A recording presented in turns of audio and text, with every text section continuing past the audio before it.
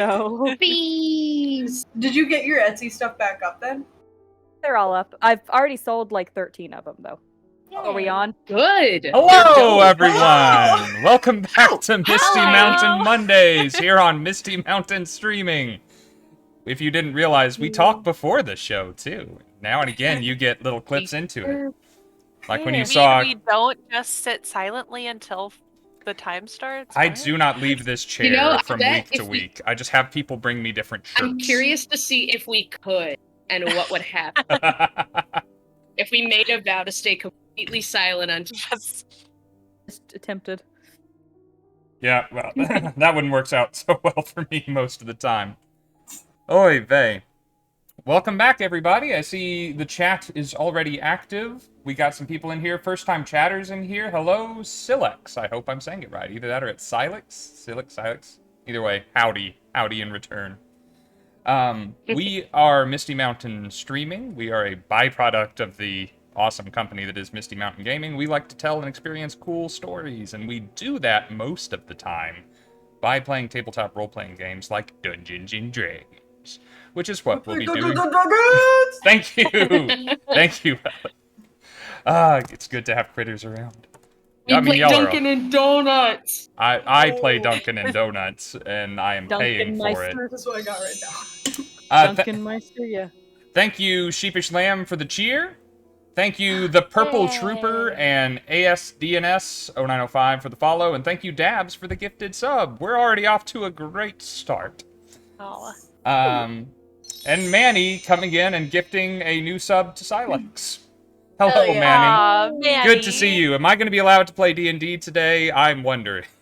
We'll Manny, we get to acknowledge you one time. And then we're going to have to ignore it or Rob's. I'm not allowed to have another free pizza, so I'm setting a timer for 25 minutes. I am practicing self-care today. He joked one week on a Wednesday that we could get a Domino's sponsorship, and I said we'll do our ads in 20 minutes or less, or in 30 minutes or less. That is true! Oh my god, I forgot. Unfortunately, we have a good bit of announcements today, and then we're going to get in as quickly as possible to the D&D to make up a little bit for last week, which was amazing. No regrets. Watching back myself have a breakdown was hard, but it was great. I don't think I've watched myself. I mean, I haven't spent a lot of my life on camera apart from the past 8 months, and watching myself go through things and have feelings was a new experience for me. You're becoming a healthier person. Yep, probably. Let's do that. I'm becoming a person. We've already bought a DM's accomplice. I'm going to be talking about players' PC accomplices here in a little bit, but thank you, Rob. Robin, I should say. Other Rob. Not Rob. I've said Rob. I'm just talking now. So, announcements-wise, you guys made my sub goal last week look like a bitch.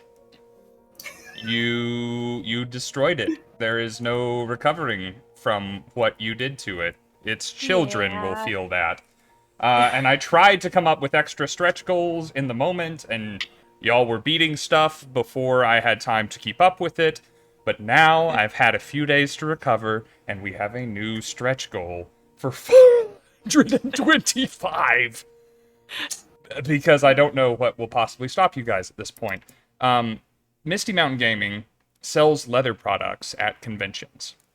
They're not on the website. They're probably never going to be on the website, as far as I know. There has been no move made to put them on the website. So a lot of you that don't see us at the shows may not know we have them.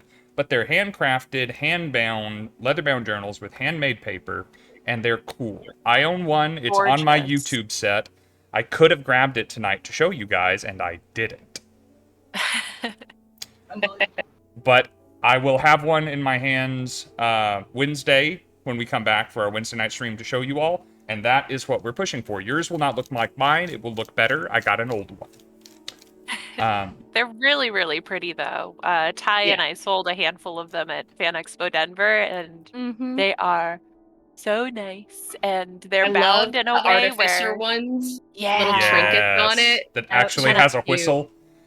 And That the way was that good. they're a little bound whistle. and everything, if you Yeah. need to, you could bind in more paper later on.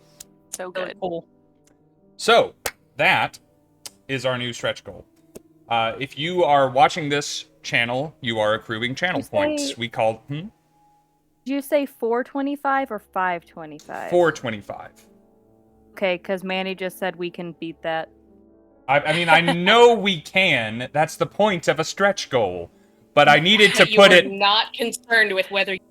Yeah, look, Manny... Listen, if you're gonna do it now. Because After we have last- fighting to do. After last stream, I don't think anything is impossible now. I believe I could... You want the moon? You just say the word and I'll lasso the moon. I hate that movie. I like Just to Jimmy make you Stewart, sit though. that every Christmas, I'm like, this is the most boring shit ever. So, See, when Cartoon Network used to play The Iron Giant for 24 hours, it's a good movie, but not for 24 hours. Maybe nothing. that's why. Only The Emperor's New Groove is a good movie for 24 hours. I could watch that Break these back to back to announcements back. because the girl's in her tent again. Aww. She's so comfy cozy. Ty got Till tents she for rats. chews on it. Sorry, he's mad. All right, Manny, we see you. 10 community subs. Thank you so much. Thanks, Manny. And that's a quarter of the way there already, guys. Manny's putting in the hard work for us. It got us started. That's probably the start of another hype train. Because Holy that's what cannoli! Manny does. Manny is the conductor of the hype train. Oh, gosh, or maybe just the coal. I guess money's the I'm coal. trying This to is be a the bad coal. analogy. You're trying... So the next It's a lofty announcement goal. is- So the next announcement is that we are continuing the Twitch lineup for the next couple of days. We are continuing our The Wild Beyond the Witchlight game that Maddie and Ty and I are playing in. Also Misfit Playland. That we haven't decided what we're doing with the Friday night stream. I personally had a lot of fun with the Choose Your Own Adventure thing. So I might keep that up because there is a lot of story there and it gave you guys something to do to participate in the stream. And I didn't have to bother anybody else to participate with me. I could just do it on my own. Then this coming Monday, we will be doing this again. There will be more D&D. It will be this campaign, but it is going to be special because it is going to be Misty Mountain Gaming's or Misty Mountain Streaming's first charity stream. During next week, we will have a way for you guys to contribute to a charity, which is, I don't have, where did I put my stinking phone? There it is. It's going to be a charity benefiting WRRAP, which is Women's Reproductive Rights Assistance Project. And Maddie is going to tell us a little bit more about them. Yeah, so as we all know, it's been a really troubling and upsetting and scary time right now in the United States because of the overturn of Roe v. Wade. For anybody with a uterus, it has been basically said that we don't get the choice over what happens to our bodies. And I think I can speak for everybody on stream right now when I say that that's not okay and it's not right. And we want to try our best to help in ways that we can. So we are going to be raising funds for the Women's Reproductive Rights Assistance Project, which is the largest national independent nonprofit abortion fund. So what they do is they provide funds for pre-qualified, pre-screened clinics and doctors across the nation on behalf of people who need abortion services and emergency contraceptives and reproductive care. And they also do not ask for repayment of funds, which I think is really, really awesome because the overturn of Roe v. Wade is something that is primarily going to affect low-income people who need these healthcare services. So people like the Women's Reproductive Rights Assistance Project are crucial right now, especially in states that have already had some really upsetting trigger laws go into place. So I'm very happy that we're doing this because, there's so many of us who are women and have uteruses that work with Misty Mountain Gaming, and to be with a company that has found a group like RAP who are there to take care of people like us, it makes me very happy and a little bit feeling better about the whole situation to know that I have people around me who want to fight this awful thing that's happened. So yeah, they're a really cool group.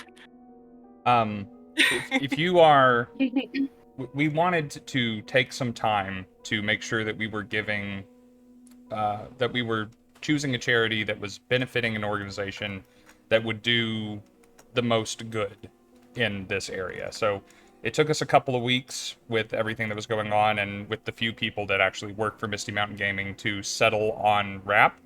We're very happy with the choice, and we wanted to do something as soon as possible. But we didn't want to hurry it either, so we're giving everybody a week's notice. So everybody who might have their fingers on a donate button or a tip button or a subscription button, Manny, or Sarah, who needs to wait another week to get her paycheck before she does anything with her money. Sarah, we're going to take a week. We're going to talk about it.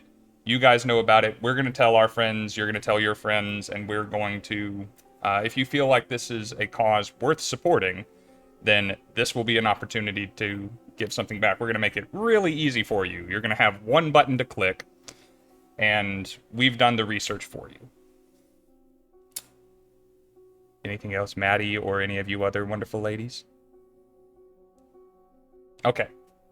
Wanted to check. I am underqualified to speak on the particular topic, so thank you, Maddie, for helping me out.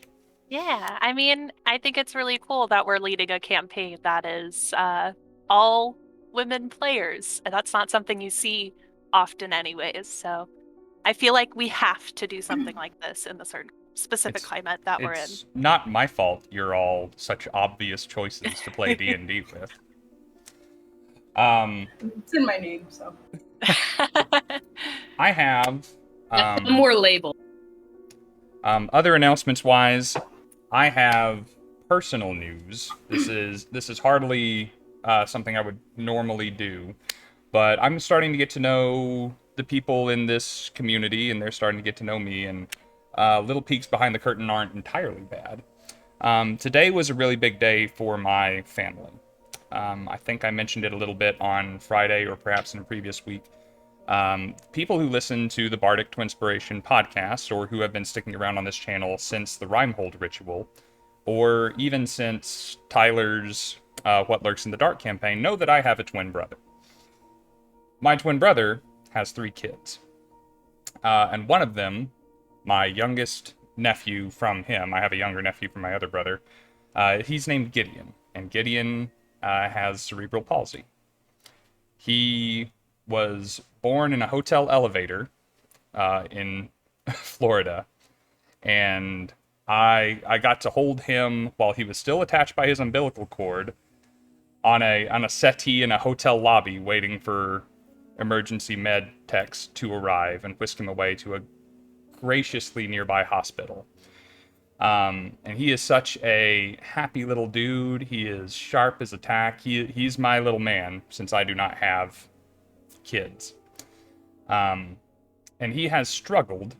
You know what? But before anyone gets to see me being too emotional, instead, here he is on the Twitch stream. That's my guy. That's Gideon. He had surgery today. He has a problem with his CP that his brain is constantly telling his muscles to seize and contract, so he cannot move like most little boys. And the surgery today was meant to basically cut those nerves so that there is no signal going to those muscles telling him not to move the way he wants to move. He's 3 years old, and he's still scooting around the floor, and he can't even crawl properly. Like, he does like little frog jumps, which is honestly very adorable, except that that's the only option he's got. But he had surgery this morning. The surgery, by the doctor's accounts, was a success. He is having a bad time in that hospital. And my sister-in-law is going to be staying with him in a hospital 2 hours away, while my brother stays here in town with me and the rest of the family, taking care of the other 2 kids, while my man goes under 3 weeks of pretty intense physical therapy, trying to teach him how to use his muscles again and have his brain rewire his neural system to be able to function the way he wants to.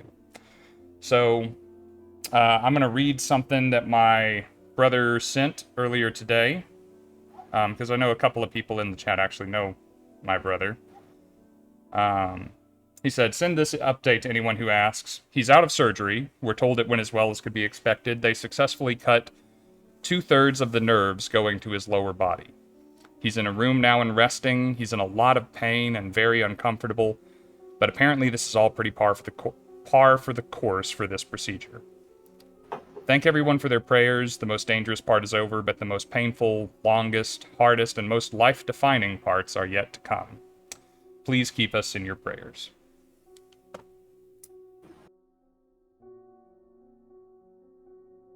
So, chat, if any of you in the chat are the prank type, or the good vibes type, or the well wishes type, or the drop my boy Steve line in the Discord type, any little everything would be appreciated by his family as they go into this stuff.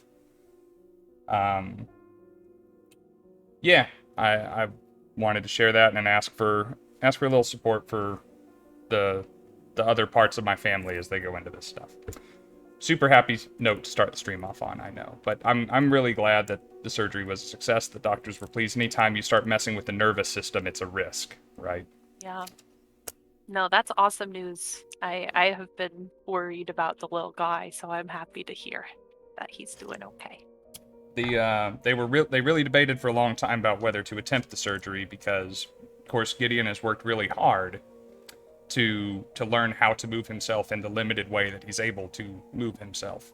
And at 3 years old, he's going to have to start from ground zero, and you can't explain to the kid what he's going through.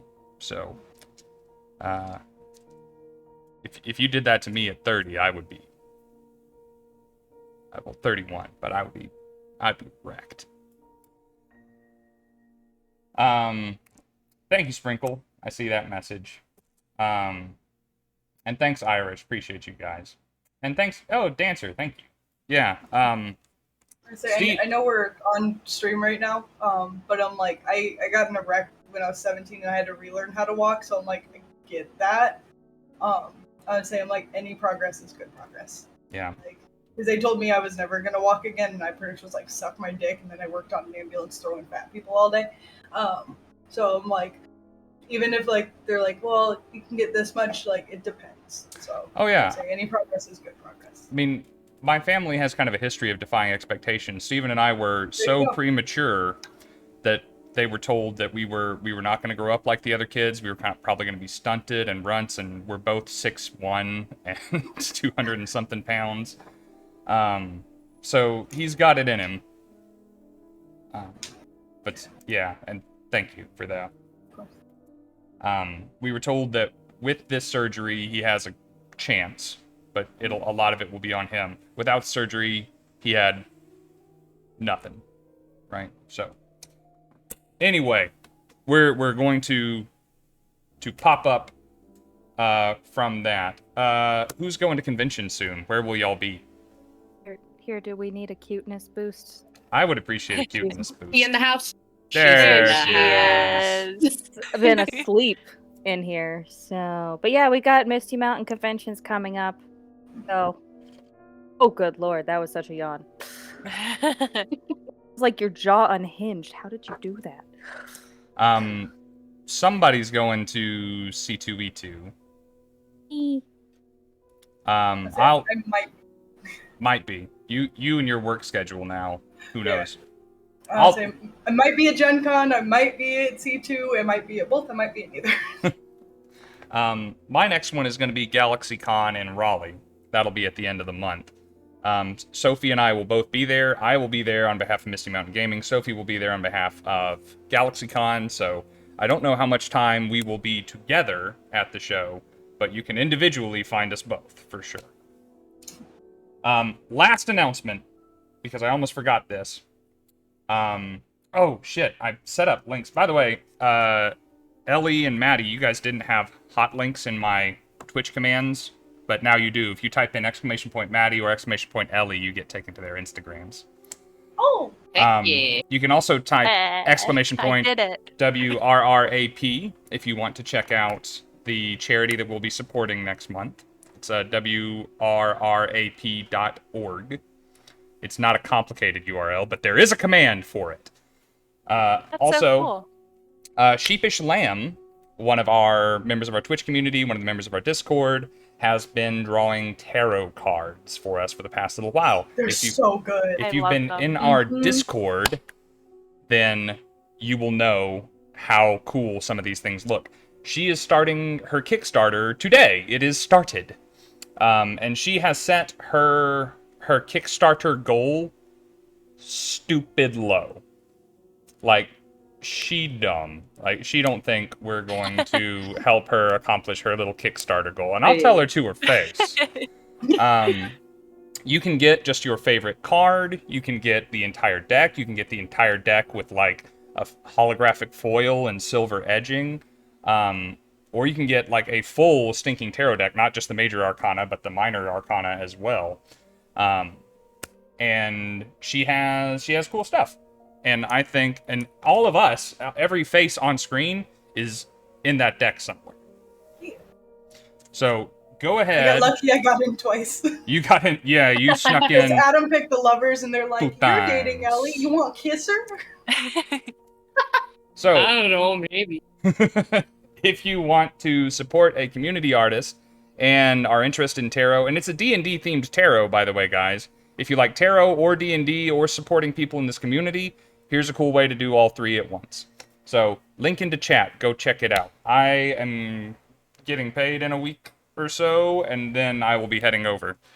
Yeah, same. I'm so ready once my paycheck drops. Yeah. Let's I go, want to do it right sheepy. now, but we gotta play D&D. Yeah. Does anybody other than me have announcements? Good talk. Okay. So, Loki for president, thank you for the follow. I like that name. Ooh. Or is it Loki for President? I'm sure it's probably president, right? Wait a second, that dude Daniel is here. Good. Thank you for being here. Hey. Because we need to talk again about Twitch clips. Just real quick, 2 minutes, Ty. We're still not in free pizza time. No, 1 minute. You've got a little bit longer, but not a whole Okay. lot. A little bit longer though. So, I am going back and mining old streams, old campaigns, old one-shots for key, funny, memorable, iconic moments to put into a reel that I'm hoping to show at conventions. I'm surprising John. I bought a little TV. I bought a little arm for it. I'm going to hook my computer up to it. We're going to show off some of the stuff that we do here at the shows.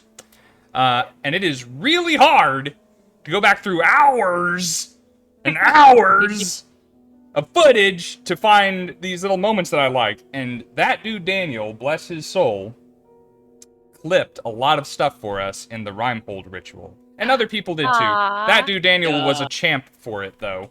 And people clipping stuff in our little D&D campaigns makes it so easy for me to go back and just find the good bits. So, we used to have... Y'all all please help me remember to say this on Mondays. We are going to start doing our little Twitch clip contest again. And it's really easy. It's really simple. It costs no money. There are not real prizes other than recognition, sadly. But if you guys clip things from a particular episode, the funniest, most memorable, favoritist clip of everybody that is on screen, we will vote in the Discord in our own little channel. And then we will recognize the winner on all of Misty Mountain's social medias. And we'll do it again next Monday. So, if you find anything particularly fun for what we're doing, hit that little, Ty, you will know the word for this thing, that movie clicker thing. Clacker. Yeah, you don't. That's called a clacker. Okay, the clacker. I guess it's a clacker in the same way that flip flops are flip. I mean, it's got Named like a after the better. noise. Yep. It's Much got like party probably a better poppers. name. Yeah, or yeah, the because it's for making the. pop cereal. That's why It's you for see. audio. That's why you see people who are filming their own smaller projects. If they don't have one of those, will just go like 1, 2, 3, and they go. Or they're mimicking it. So. Fair enough. By the way, Rob, at shows, can there just be a clip of like breathing on the screen, doing thing? I'm Show people. I'm I'm gonna actually start running like slowly Misty Mountain Streaming as if I'm trapped behind glass. I actually would really enjoy that. Photos. They'll start moving between photos of you. That's like it's you eating, and then it's you in the alien glasses. Just like all in the same room intermittently. Like, did you see that picture? Like, in the middle, what are you talking about? In the middle, What it just picture? says it's just the Epcot ball. Yeah, that's what. Yeah, right. Yeah, just one Epcot ball. Since I love her. All of you have been involved in more than one Prettiest girl in thing. school. You all have a moment or two in the little thing that I'm putting together. Ty and Jane are gratuitously represented because Ty is in everything and Crash says funny shit. So. Hey, I'm honored. I'm so sorry. I'll try to be I only funnier. want people to capture my absolute worth. We're all waiting, Maddie. Come on. I'm gonna be funny one day. I promise. Don't you dare talk to Maddie like that. Dance, Go beat your ass, monkey. Rob. Oh boy. Threatening me with a good time. Yeah, I moved, Booger. I'm sorry. Okay. Last thing I will say is PC's accomplice, guys. This is just to the 4 of you playing. You have 2, as I recall. If anyone can prove me wrong, you may have more, but I have marked down 2 for you. This can be used to turn an event in your favor. The only qualifier is that one of you suggests it, and at least 2 of the remaining 3 agree this is a good time. Fair enough. And then I have DM's accomplices, where I get to turn things against your favor, and I get a unanimous vote. Because there's only one guy on my team, and I'm him. You're the guy. I'm the guy. The real guy. Spy Kids 3D? Anybody? Okay, never mind. Surely Elijah Wood's most memorable Yes, role. 99 lives. Thank you. Okay. Love we it. just hit 25% on our next magic item. Oh, yes! Challenge. Hey. Wow. I haven't We would have forgotten that. already reached it if there wasn't a limit. I would went have sent all mine in. when I reset the challenge for the next time. I looked to see if that was a setting I could change, and I could not find a way. Likely story, Rob. Yeah, I'm the dungeon master. Why would I lie? There we go. All right, guys. Let's play some Now we're Dungeons and 37. Dragons. Everybody got some dice handy? Yeah. Yes. Regrettably, I do. Let's get this music fixed up. Chat. Make sure that it's playing. Literally, we finished with a single minute before a free pizza. Oh, look at us. Bruh. Wow. Guess we got a tip. Reminder, people, for the for buying Twitch for buying inspiration and guidance and stuff. If you see that they have it on the screen, our little icons here, you're wasting your channel points. Wait for them to use them. We can only buy 5 per stream now. Be careful. Rob, Icy just sent me another one. Icy, so I'm gonna let it slide. Just don't remove the little token when I use the first one. Yeah, just use it fast. There you go. Use it fast. Yeah, I will. I will. All right. Thanks, Icy. Guys, last session, we left off where our 4 heroes, if they can be called that yet, left Heart's End together for the first time to travel to the Barrows of Insurgents, a burial place just north of the safety of Heart's End.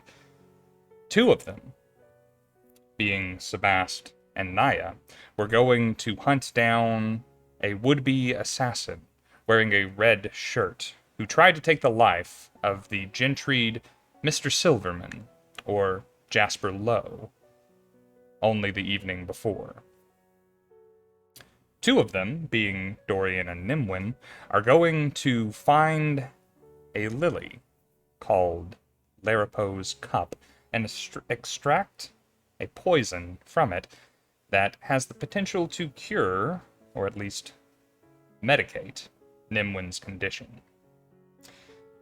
You fought a small party of wounded gnolls on the way there, killing one and allowing two more to escape, thinking better of their assault upon you, continuing up to the barrow, scouting ahead with the three-eyed raven, Morty. You find that it is occupied within the weeping willow-like branches of the tree at the top of the hill. There is a thing. A person, but not entirely, with glowing eyes, a missing jaw, and elongated tongue that seems to drink poison for fun. You set a trap, a magical one, for this creature, and then tried to coax it from its hiding place, only to see that it has been watching you. But that's not where we're going to pick up today.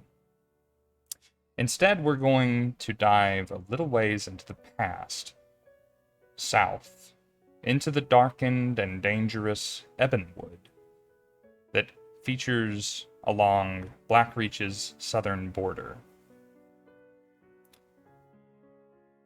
The heavy and incredibly high canopy of this forest lets no light in. You might as well be underground. The trees here, the Ebonwood, are something of the stuff of legend. No man-made tool can cut them. They are incredibly hard, and weapons made from this material are highly prized by the elves, who use special druidic magics to get the shape of bows, swords, and axes from their boughs. But doing so is a dangerous task indeed, for in the Ebonwood lurk monsters, the like of which have never seen the light of day. It is an exceptionally dangerous place to travel, especially if you don't know your way. That is the situation that young Dorian finds himself in. Having been forced to leave his home in Blackbough days before, his only direction was to find a family friend in Heart's End, and taking the path of least resistance, unbeknownst to him, actually the path with the most danger. Dorian wanders the Ebonwood, clutching to him a small bundle of rations, provisions, 2 letters, one sealed and one broken, and a dagger with a greenish hue. Dorian, this is the first time in your life you've been alone, and here, without sunlight, with the opposite of a silent wood around you, you hear noises, some distant, some uncomfortably close, but see very little. Even with your dark vision you inherited from your mother. This is truly black. The large trunks of the trees obscure your vision in every direction. What are you feeling? How are you doing? Feeling a weird mix of sense to need to keep moving, also a sense of why even bother.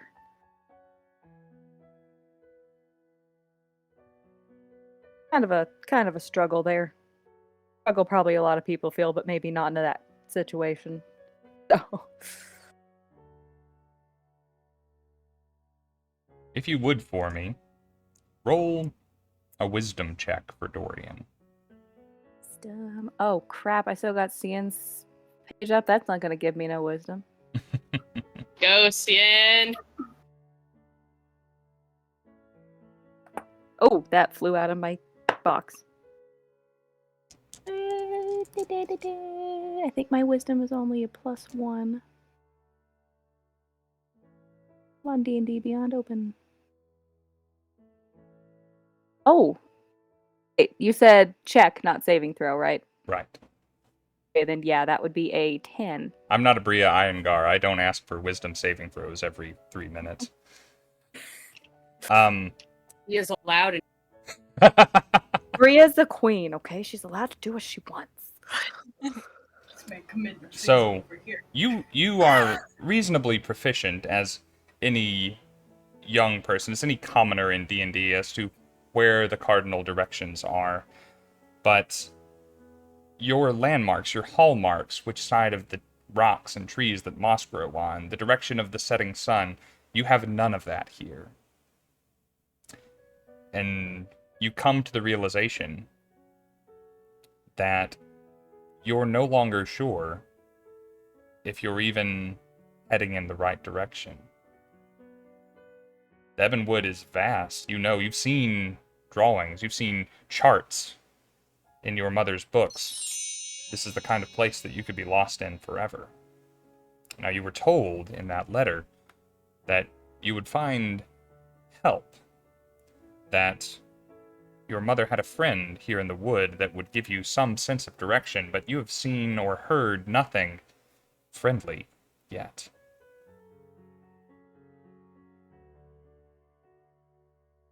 What you are hearing now is a low growl. It's coming from your left, somewhere beyond the trees, somewhere outside of your dark vision.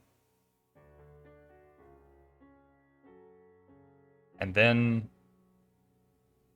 a sound that's difficult to describe, a sound unlike anything you've heard in your life before. You imagine the closest thing that you could compare it to would be the howl of a wolf, but it is louder, it is lower. Nothing wolf-sized could create a sound like that. You start to wonder if giants can contract lycanthropy. When you see the green eyes staring out from around a tree ahead of you.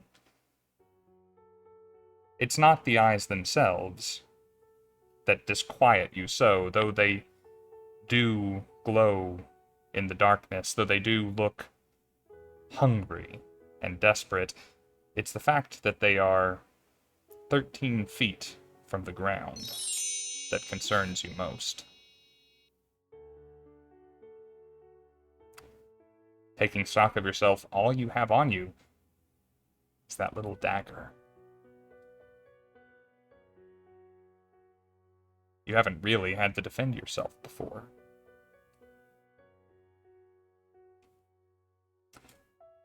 Begin to think of how much your mother must have really protected you growing up, whether you knew about it or not. So many things you didn't have to deal with, so many things you didn't have to think about. Such good care she took of you. And you're starting to wonder if these will be your last thoughts before whatever that thing is comes for you.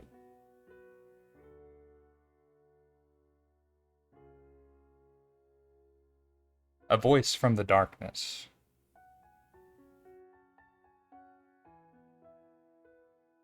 Hush. Away now. Find your meal elsewhere, small one. There is nothing for you here.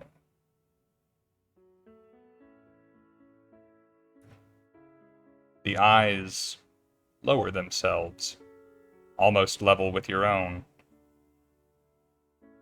They begin to retreat several steps,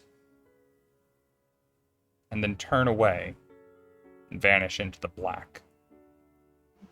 And for the first time since leaving home, you sense that you aren't alone. What do you do?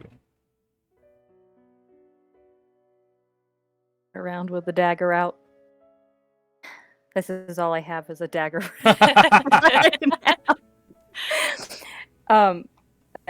Whips around the dagger out, definitely wielding it in ways that indicate somebody does not know how to use this thing. Kind of shaking a little bit as he's looking around for where the voice came. Is just, trying to travel. I don't need to hurt anything if I can help it. That mentality won't get you far in the Ebonwood, Dorian.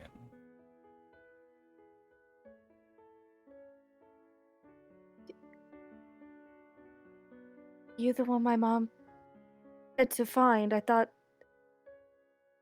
Oh, that was further away than...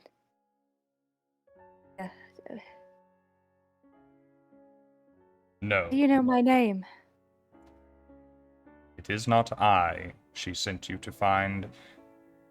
She would never speak of me.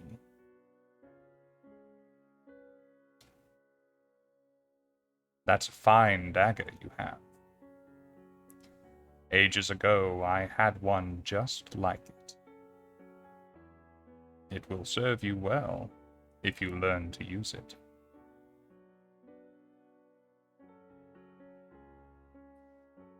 Not really much of a fighter, if I'm honest. Beginning to wonder if there's even a point continuing forward, you know? Own. Really anything to my name? There is always a point to continuing, Dorian. I have known what it is to have nothing, and I remember intimately what it is to have no one. But if you like, we can have each other from now on.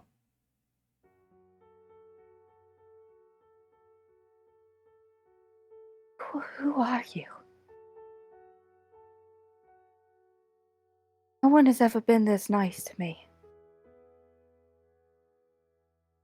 That is because they do not know you like I know you. I have watched you from your beginning, and will watch you after your end. I've been prevented from speaking to you. Until now. I am a friend of yours. You'd always think the house had a ghost. I did. Yeah. Ghost. Not quite. But good enough. If we're gonna be friends, I need a name for you. Do you want me to call you? Names ceased to have meaning to me long ago. But if it gives you any comfort to give me one, you may. Any name? Not always great with names, to be honest. So long as I don't find it insulting. I don't know if he can see the thing, but I'm sure the thing can see him, and it just kind of watches him go. Nancy. About the name Nancy. That work? Is that good? Greg. Harold. Keith. God damn it, Keith. No. I've heard better. I want a warlock. Change your name, Keith. It's not scary. That's a Hoodwinked reference. I love Hoodwinked. You leave Keith alone. Watch out for Keith. You can do better.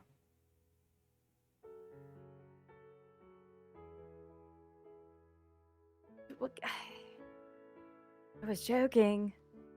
I didn't think you were gonna actually like it. I was looking on. Oh, how about Echo?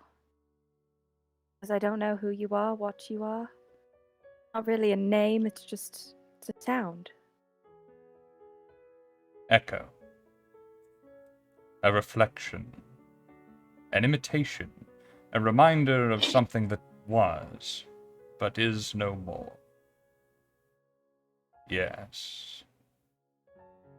That name will do. Dorian's watched Arcane. Canon. Cake, on the other hand, has not.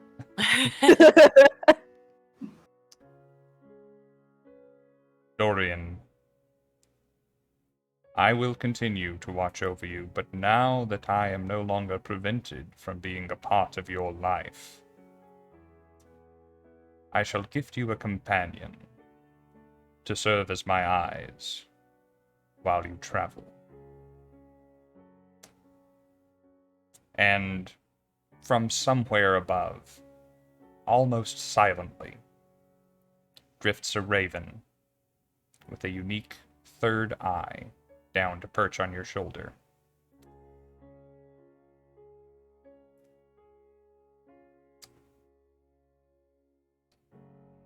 What you call it, I do not care. Nancy. Nancy. This one's gotta be Nancy. Spoiler alert, guys. Morty's the 2.0 version now. What happened to Nancy? There's Dorian.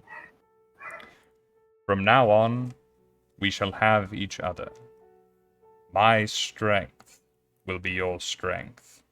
Your enemies shall be my enemies. My teachings, your doctrine, and your life, my own. Now, turn slightly left and walk forward. You are under my protection now. Echo watches him first turn to the right, go, oh no, that's not the right. Turn a little bit and go forward. Shortly thereafter, you meet a kind and generous Furbolg woman. Takes you to her camp, a little tribe called the Roots. You meet a few others and rest briefly before departing through the Ebonwood under her guidance to its edge, and are sent in the direction of Heart's End. Every night, before you sleep, Echo teaches you something new, some fact of the world, some cosmic mystery that you didn't know before. Often, this gives you access to some new power or some new spell, and you don't always get them right away, but Echo is a patient teacher. And every morning, before you wake, silently, now you know, since Nimwyn has been in your company, you hear a gentle, "Good morning, Dorian," as you start your day.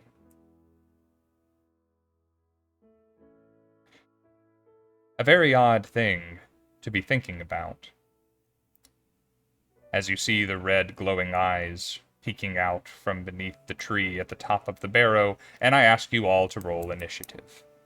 Yeah. Yeah. I was like in it, man. Oh, we love some good backstory flashbacks. A 12. Oh no. I hear a 12 for Ah. Dorian. About right. Who's past? Oh, you woke up? Why you gotta wake up, you little turd? Anybody beat 20? You gotta be able to sit like No. this. Okay, just me then. That's good. Oh, lovely. Oh, Shouldn't that was have another screamed so good. loud. Is another good yawn? Yes. All right. Who got 15 to 20? Oh no. All right. Well, you know what? I know where the bad guy's going. So who beat Dorian? Okay. Who got lowest? Got a 7. I got an 8. I have a 7. Okay. Ah. 7 for Nim and Sabbast, and then Naya just above. You Told guys, you, single digits club. you guys know you have inspiration, right? That was with a +3. Wait, I'll use my inspiration so then Icy's inspiration could be the next one. There you go. Oh, Wait, I God. forget. Can you use guidance? Guidance is guidance on technically an skill. ability check, so yes. Or for So I initiative went- is a ability check. I went not? from a What 7 happened? to an 8. Yeah! I went from a 7 to a 10. So that's fair. Ooh. I'm finally in double digits, guys. This is amazing. We're doing it. I'm so proud of you. Did you also reroll, Thank- Ellie? Yeah, now I'm a 10, so we just matched somewhere else. Okay. Yeah, We you just are. Keep matching. Thank you. All right, so I have Dorian, Sabbast, Naya, and then Nimwyn. Sorry, the phase are so like. Wish I could show everybody, but if I move the tent, she's gonna wake up. But Vex is asleep, and she's just going with her Yes, little ma'am. hands. It's a fancy girl. All right. Material girl. Alright. Remind me real quick, who You used like that what? Video. Nimwyn, you used your inspiration. Sabbast used guidance. Somebody gave me a guidance. I don't know if I had one. Ellie, did you used inspiration? Yeah. Okay. There we Thank go. you to the people who gave it to us. Yeah, thanks, guys. And then Much appreciated. let's see. There we Someone put they're a go. 10, but they roll single digits. They're a 10, but they can't roll that high. Listen, my modifier Listen. said I maybe can. I have a very good modifier for You it. didn't have to press. All right, let's get off of Dorian's flashback music. I got an inspiration if you want to put it back. Okay, okay, okay. Irish see gave you. out one, you, and then Silix84 gave a guidance, and then Dabs gave a guidance to Crash, and then So did Oh, Irish. thank you. Oh no, So did they were Irish. redundantly generous. I don't know if But man, they got you covered. I don't know if I already That had is a so guidance, funny. but I know You I have do. an inspiration. I do? Okay. That's why I have it on the screen, so I don't have to wonder I will about it take no it. more. Anyway. Is it the dice? So the D20 is the inspiration symbol, because it's the inspiration symbol in the channel. The little pyramid is your D4. That's your guidance. Okay. I want the dragon dice so bad. Oh shit! Did anyone receive a letter from me yet? I No, not haven't yet. gotten my mail yet. I haven't been. Okay, but True. I didn't check it. Tyler. wanted to show everyone. Look at his little face that peeks out. I'm gonna smooch. There it is. Here, Little Vexy, you want to boop give a kiss? snoot. Oh no, you're real out. You're real out of it. I'm gonna kiss all those. So, Ty, when you get a letter from me, it is going to have 2 letters inside. Don't open one of them, and you should know which one. Okay. Cool. Ooh. I Good. think I know what these. I think I know what these are for. So. Yes, you should. Yeah. All right. So, first up in initiative is Not me. is the assassin. See if we can make snare work for once. Please, God. So, God in heaven and wherever. I will remind you all and the chat that you guys were quite stealthy coming up here and setting up this snare. But rather than rushing recklessly out, this thing decided to watch when all the eldritch blasts, or the lightning bolts rather, from Naya began to fly. some of you are still fairly well hidden, and concerningly, Nimwyn is causing flowers to wither when she gets near them. Oh, we did not hear that, hun. I don't know why. I'm really scared. There we go. So, from the obscuring branches of this tree, the first thing that happens is a dagger comes flying out, blade first and straight at Naya. I don't know y'all's armor classes, but I imagine that a 19 is going to hit it. Mm-hmm. Right. All right, you're going to take a grand total of 8 1 point. 8 points of damage. 4 piercing, 4 necrotic damage. Ooh. As a No, dagger take flies that. out. It grazes along the top of your shoulder, creating actually a very clean wound. This is a very sharp knife that was thrown at you. Someone has put the work into maintaining it. But you instantly know as soon as it's cut, because you've been cut before, that there is something special about that. I need you to make a Constitution saving throw. Thing I dumped into con, man. Alright, that's a 21. Yeah, no problem. You feel that twinge of whatever that was coursing into you, and a little something else. You look over, and you can see, like, your blue skin starting to have little black veins from necrotic damage. Probably a first for you, but I'm sure Ellie can easily imagine what I'm talking about. But there's also, like, this white bubbling that's occurring at the wound, kind of like you poured hydrogen peroxide on something, and whatever is going on there doesn't bother you whatsoever. I'm tough. After that, you see those eyes that you're watching through the boughs fade back as it seems to retreat slightly into its cover a little bit. It only had one knife. But now it got no knives. Now it got no knife, and you got knife. That's going to bring us to Dorian's turn. If I remember, we're hiding in a bush together, right? Mm-hmm. You found one of those bushes that has Larapo's cup growing it like out of it, and you are taking cover behind one. Yeah. He's not even gonna glance at Naya because he's kind of in a weird little mood right now, and he's not even gonna glance at her. He's gonna pull out his own gnarly greenish-looking dagger, and step around the back, around the side of the bush. And as he's stepping around, I'm gonna take my second use form of dread before we sleep. Ooh. Yeah, that's my best friend.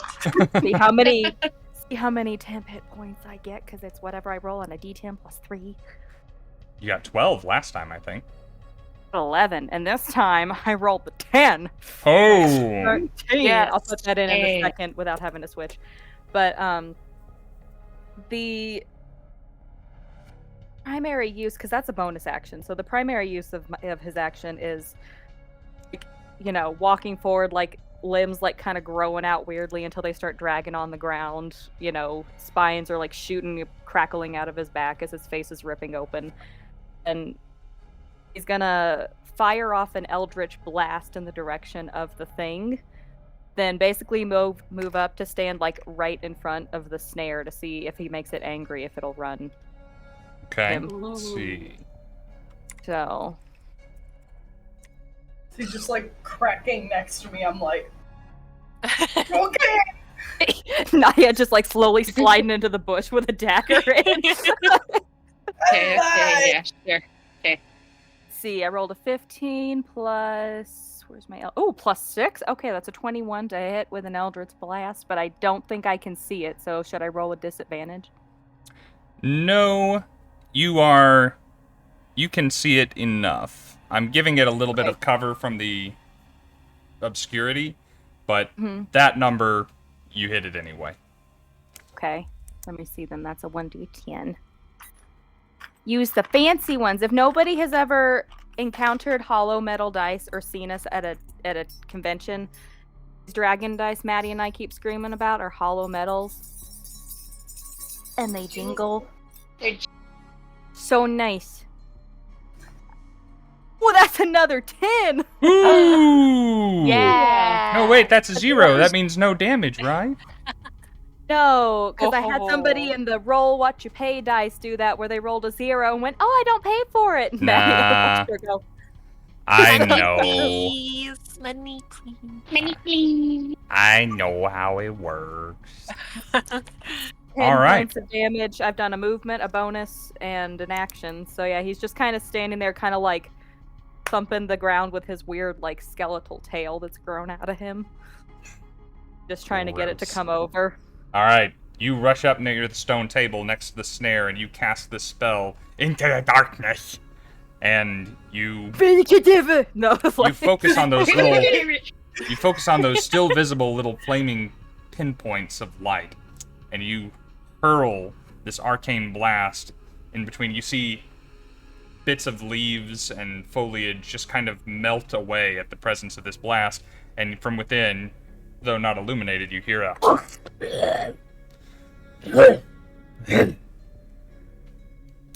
I like to Needs think Ricola or something.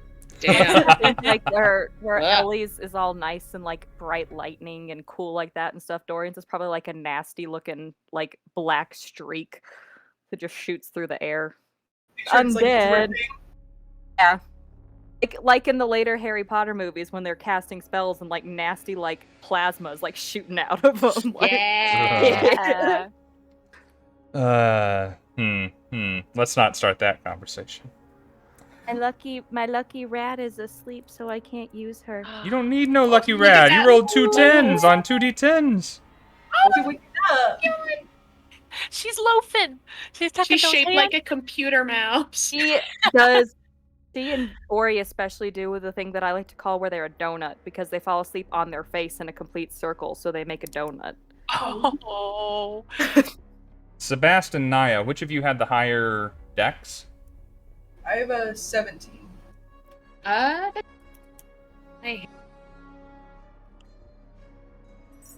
14. Okay, yeah. Thought it might be. When someone says 17, I don't expect a lot of people to say, oh, higher than that. Yeah.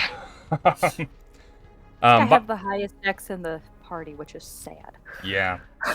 Because I'm a warlock. I'm multi-classing into rogue at level 4.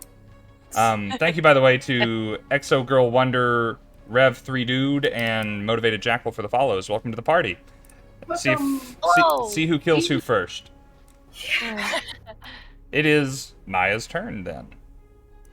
I think she. Okay, I'm gonna roll something real quick just because I don't get to control all of this because she's not super in control of her magic. Okay. So as she's like, okay, so she starts running and you see her just go poof and disappears and probably puffs up like right next to the willow tree, and that's gonna be my bonus action as a Misty Step. So she's like real close to this guy. Love him. Yeah, Never done that before. when you pop on the inside, you get your first look of what is inside. So far, all you've had to go on was Dorian's account through Morty.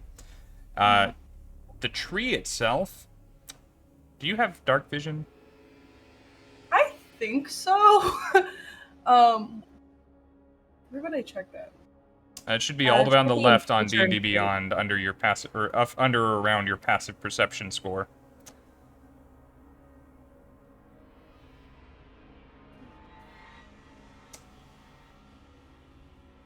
I think so.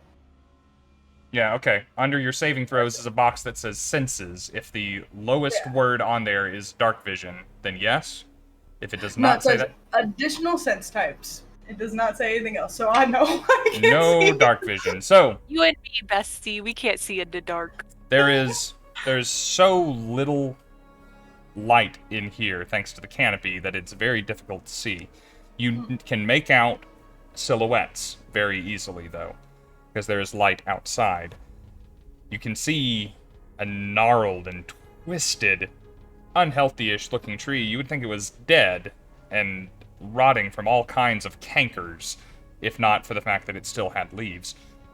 There's some kind of a mound or a hole in front of you that you imagine goes down into the barrow, and then there is that shape, that slightly hunched but erect shape of this humanoid with its slathering tongue. And you can always tell where it is, whether it's light or not, because of those two flaming points in its skull.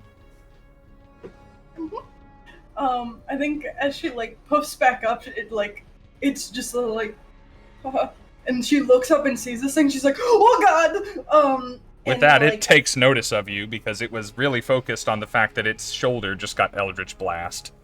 And turns to you, and you see the shape and glint, briefly, of a short sword in its other hand. So I'm gonna swing my short sword at it. You're like, okay! And, I'm gonna roll one more thing. I've been just doing evens and odds for whether things work. Doesn't work. So, yeah, I'm just gonna hit it with my short sword. Go for it. I was gonna see if we were gonna do Booming Blade, but we did not. So I don't know that it's gonna hit. So 13? 13 to hit, just hits. Okay. This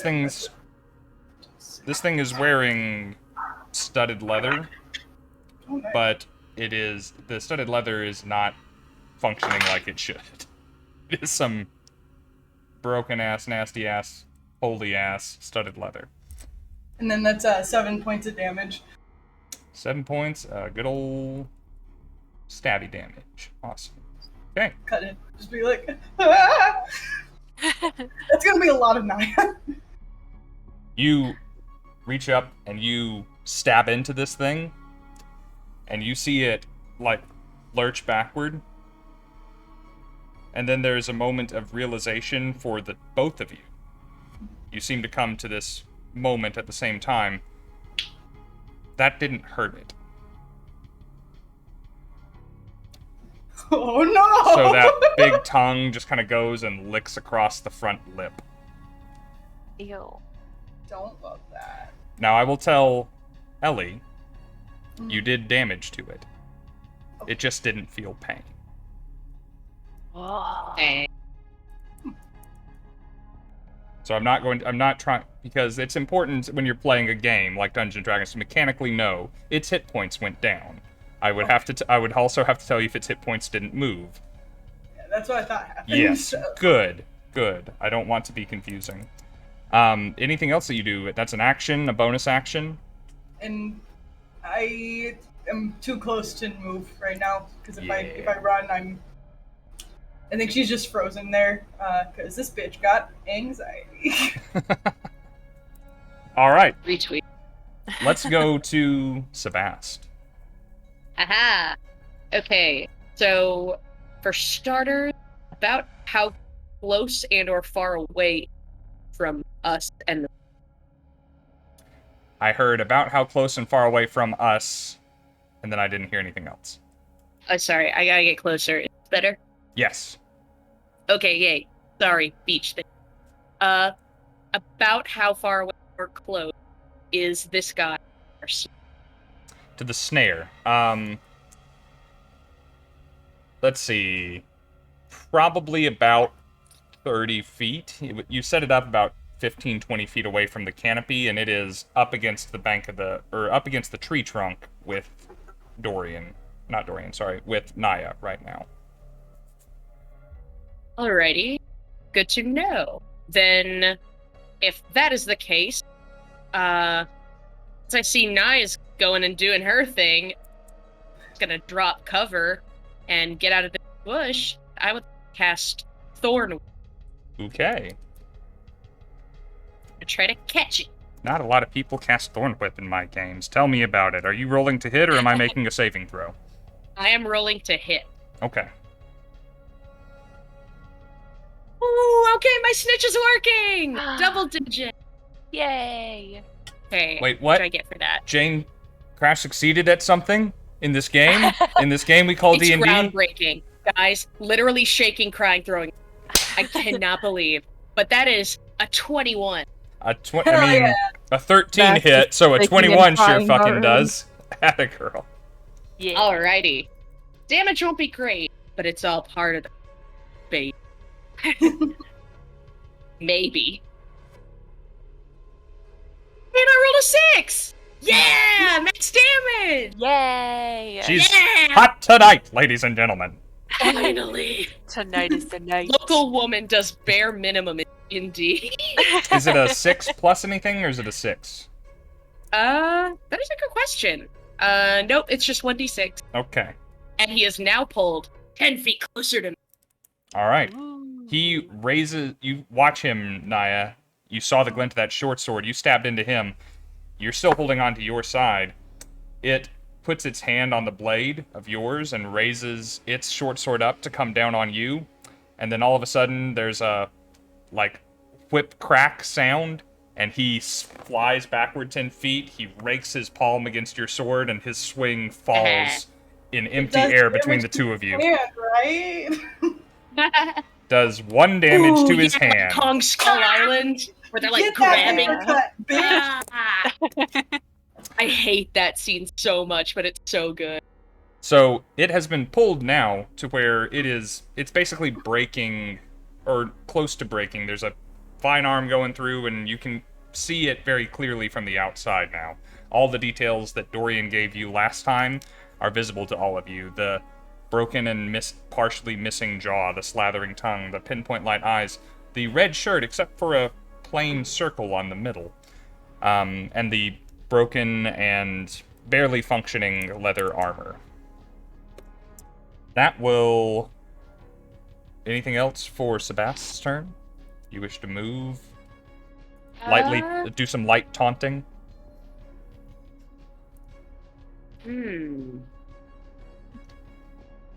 I think as she's pulling him over, if she can get a moment to get him to look at her, she'll kind of glint her eyes and just hiss at him. Ooh. Oh boy. When we make you a vampire later in the campaign, you are going to be so ready. Awesome. Okay. That will take us down to Sounds hot. Nimwyn. I love green ladies. So Nim awkwardly stands up out of our bush hiding place. And her first focus is very nervously looking around at the wilted flowers on this bush that were supposed to be like the thing that they needed, and now they're all just dying, and she doesn't know why, and she's hyperventilating just a little bit, and she kind of steels herself for a second, and she looks up, and she's going to cast a guiding bolt at this creature. I love guiding bolt. I do too. It's a goodie. So let me roll to hit. That is a 17 to hit. 17 will do it. Yes. And that's gonna be a 4d6. 18 radiant damage. Yes, and whoever makes So much. an attack before my next turn, the next person to make an attack gets advantage on their attack roll. Very nice. So yeah, Nimwyn, you... Ooh, we got some radio static coming off of Jane right now, I'm sorry. Oh, so sorry. It's like, waves. Raining. You lucky girl. I'm so sorry. It's You're- beach problems. It's the opposite of a problem, but thank you for helping me fix it. Is that better? Yes. Okay, yay. Yeah, so this big, creepy, spooky guy has this radiant, dim, radiant light on him now, which is granting advantage. This is the first And, time you've cast a spell, right? It is. How do you do it? Where does it come from? Atta girl. Ooh,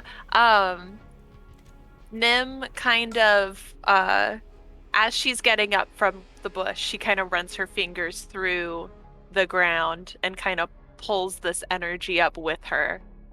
And then it goes through her symbol, her cleric holy symbol, and then she blasts it out of her hands.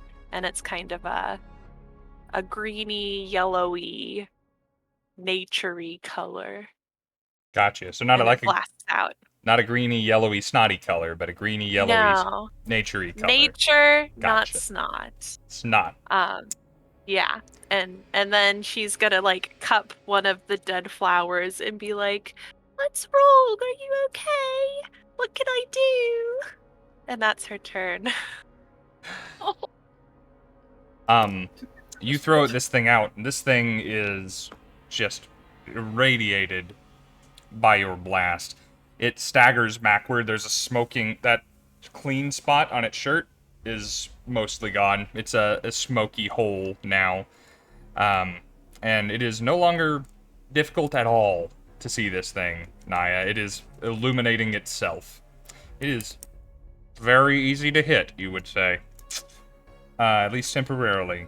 Well done, Nim. We're gonna go back to its turn. Now, Thorn Whip yanks, but it doesn't grapple, right? Right.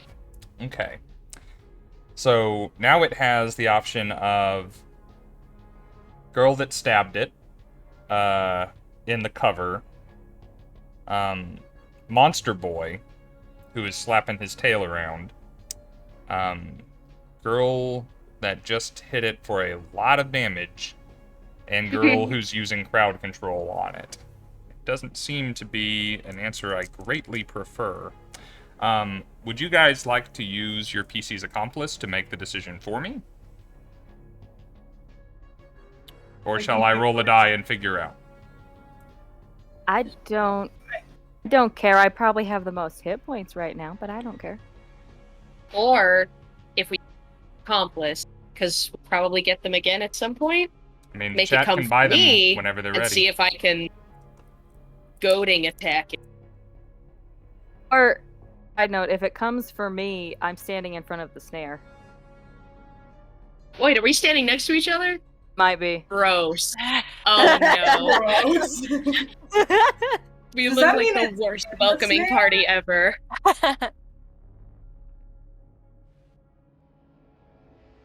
Can we use our PC's accomplice to make it run at one of them to just get in You can the use your snare? PC's accomplice to have it run into the snare, yeah. I like that. Let's do that. Yes. Yes, See if yes, it'll yes. work. See if it'll work this All right. campaign. The You snare's guys- gonna work! You guys have one I'm more gonna because Woody's we were. roundup thing. Well, you guys have one more because we were nice, and I don't have a way to display that the PC's accomplice has already been bought yet. I'm going to be working on that for next week's stream. So you can tell me how to run my game one more time tonight or in the future. Hell yeah. So this thing turns and it sees this combo of Monster Boy and hissing Snake Girl, and thinks, yeah, that's the direction I need to go. That's the problem I need to solve. And Shark Boy and Lava Girl just aren't the same anymore, man. no, once they grew up, one of them went all emo. They went in a bold new direction. It draws that short sword back and kind of tucks it almost like it's carrying a football underneath its arm to be ready to thrust with all it's got when it reaches one of you, and it charges right into the snare. So tell me about the snare spell again. Oh, I will gladly, because I also don't know. Just want it to work. And the trap triggers, they must succeed on a dexterity saving. Okay. That is still a thing. All right. This is not a saving throw, it is proficient in. So that's a good thing for y'all. Let's go. I rolled a 17. Plus 2. The way PC's Doesn't accomplished work. it. Wait. I think I have something. Hold on. I am going to use my reaction to cast Silvery Barbs. Okay. What does that do? I magically distract the triggering creature, and turn its momentary uncertainty into encouragement for another creature. The triggering creature must re-roll the d20 and use the lower roll. That's cool. What is Never seen this that. spell? Oh, it's a Strixhaven spell. That's why I don't know It is. Okay. Neato. Okay. Alright, it is a reaction when it succeeds an attack roll, ability check, or a saving throw. Okay, I'm good with that. Let's try again. Unfortunately, Crash, you designed some dice that have been very good to me so far. So I see. That might be the end of it, though. That's a total of 7. And then I get to choose a different creature that I can see to have advantage on the next attack roll, ability check, or saving throw it makes within the next minute. Okay. So, seeing that Sabbast has the Thorn Whip, I'm going to give it to Sabbast. Yay! All right, excellent. I feel great. Now, Crash, continue telling me about the snare spell. It finally happened. Okay, so once they enter the spell's radius, they are magically hoisted into the air, leaving it hanging up 3 feet above the ground. The creature is restrained there until the spell ends, which is a minute, and a restrained creature can make a dexterity saving throw at the end of each of its turns to end it on a success. Okay. I love piñatas, man. Hell yeah. So this thing, like, runs in and then wildly just inverts itself as it is running at y'all and starts swinging gently like a pendulum in midair. Nothing about that says I don't still get to attack. It just has to be at disadvantage since I'm restrained. So it is looking at the... You can still attack when restrained? Restrained, its speed becomes 0. It can't move. It has disadvantage on dex saves. Attack rolls against it have advantage, and its attack rolls have disadvantage. Ah, okay. Neato. So it starts taking stock of its surroundings and is very bewildered, and is basically going to lash out at one of you, and it's going to be Sabbast. And with disadvantage, that was an 18 and a 19. Jesus. Plus 4. So we're gonna slap you with a short sword. Whatever. Okay. Dice. I'm sorry. They obviously don't like their mother. That is going to be 6 points of piercing damage and 2 points of necrotic damage. Ow. Ew. Snare's not concentration, and it's wildly just thrashing about. You see it, like, reach up and claw at its ankles to try and, like, discover what is holding it up, and it gets nothing. This is a magical trap, but it is going to try and wriggle free of it. It gets that a dexterity saving throw at the end of each of its turns. We just covered it has disadvantage on dexterity saving throws, so it's pretty likely to stay in here, but we're going to try it. Well, I don't get the natural 20, but I do get an 11 plus 2, 13. Dang it, 13 is the save. I hate it here. All right. Well, I'll give you this. It falls, and it does not fall gracefully, so it is going to end its turn prone in front of you. And real embarrassed. Oh, yes. Very, very humble. Yeah, his pants are down now. I'll give it to you. His pants are down he's accomplished. Yeah, pulls his pants down. So now when he's gonna do that stupid walk that you do when you're out of toilet paper. Yeah. All right, buddy, you're gonna Donald Duck it in the fight if you know what's good for you. That is its turn, and we're gonna move down to Dory. All right, so it's like 10 feet away, right? Because Give up. 10 foot. From you were at the edge of the snare, so yeah. Sure. Okay, yeah. 5, 10. I'm gonna, because of range casts and all that fun stuff being not so great when you're close up, taking the dagger and almost like walking the few steps forward like a monkey, like on all hands, because his front arms have grown out to be long and clawed. He's got the dagger in his one hand, and he's gonna try to like grab the thing by the head and just like stick the dagger straight in. Yikes! Okay. if I hit, there's another thing I'm gonna do, but that's only if I hit. So let's see. You're using a melee Dorian, why are attack you on a such a prone nasty- creature, so you have advantage. Also, it's lit up like a Christmas True. tree, so you have advantage. See, honey bun, I know you're asleep, but I really need to rub these on your face. Thank you. Okay.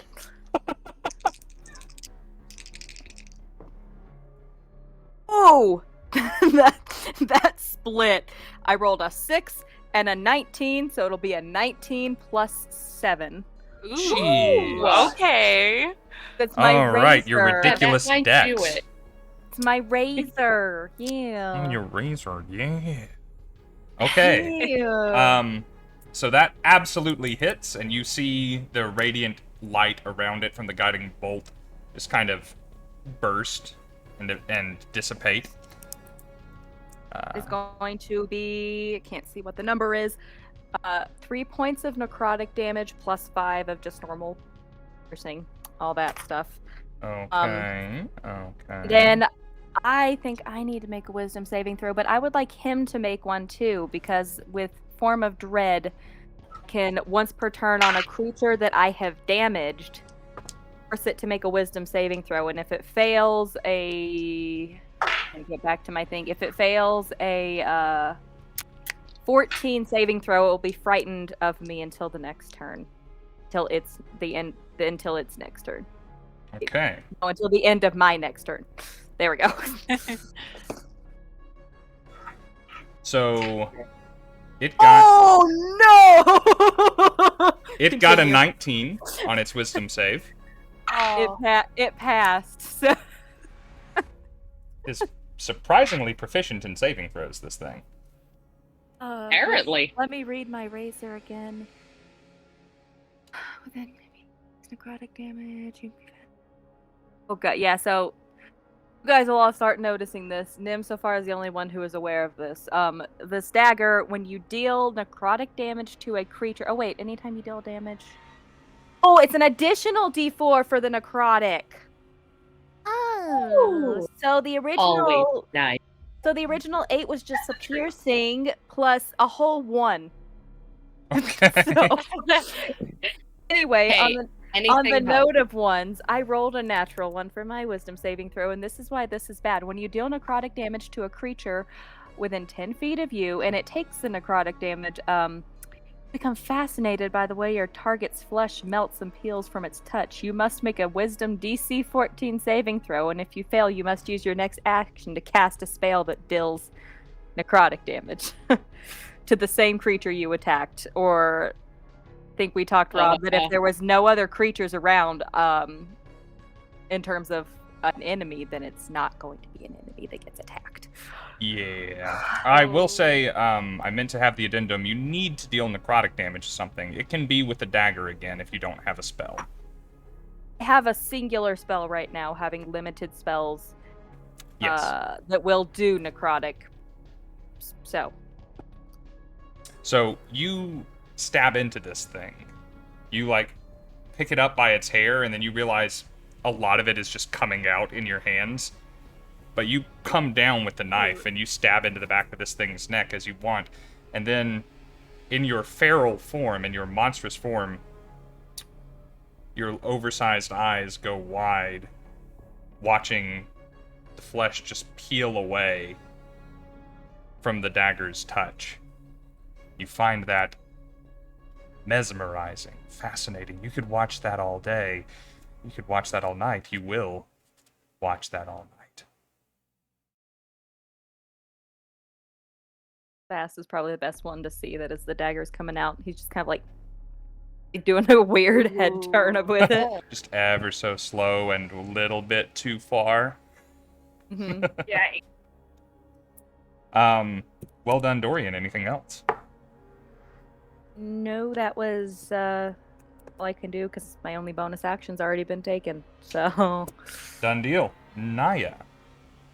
So, I think seeing all of this and watching this thing just get snapped away, snapped in the air, stabbed, all sorts of fun stuff. that poor thing just got home alone real fast. These people seem good at Damn, he this. really did. Yeah, and she's nervous. Is she not good at this? And so for people watching, because Naya doesn't really understand her magic, I've been doing some rolling mechanics to like kind of pick my stuff for me, and I landed on Eldritch Blast. So Nice. she like fizzles up and just like, "Gah!" And that's about it. And I think it's at minimum she's gonna be like, "Oh, okay, Dorian, watch out!" She sees that he's there. I'm just picturing that classic movie Scream, the "ah" thing coming out. So this is a ranged attack against a prone creature. This will be at disadvantage. Sarah! Stop! Sarah! What did they do? 2, so I don't Sarah think I gifted 25 I'll cents. roll again just to Sarah. Did what? Why, thank you. How many? Sarah. 25. 25. Sarah! Holy Wow. guacamole. Sarah, Hey, thank one of you. my- You my must be friends- having Wow, a she's lot on of fun on vacation. vacation. Yeah. See a name of somebody who I know on there.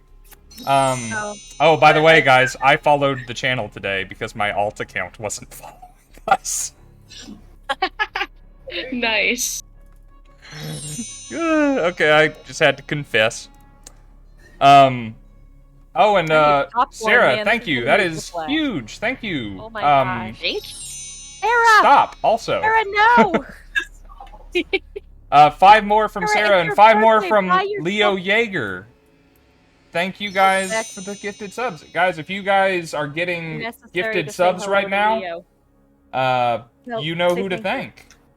Oh, be Oh, gone. Lord. You guys got to Andy on. Gosh. a special yawn rat. So- Thank you. Midstream hype train? Is that a thing? Love it. Neat. Apparently. True, On, bitch. on that note, Sarah, we appreciate it, but it's your birthday. Buy Yeah. yourself something. Yes. Everything Dear is Lord. great, 'cause I'm on vacation. Oh, and thank you, picturing- Maddie, for the bits, for them nice Maddie with the lovely bits. bits. Just gonna sprinkle a little in there. And thank you, Jonatas Hodre. Or however you say that.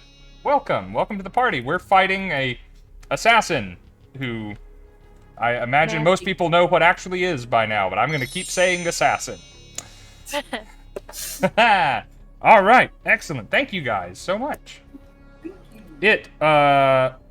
You said that was a 2? Yeah, so I don't think it makes it. I think it hits the ground. Which And you've been then- doing a lot tonight, but the first Yeah. few times it was on purpose. Yep. I just got into a flow. But then I think she sees it miss and then just starts running up, just like, oh shit.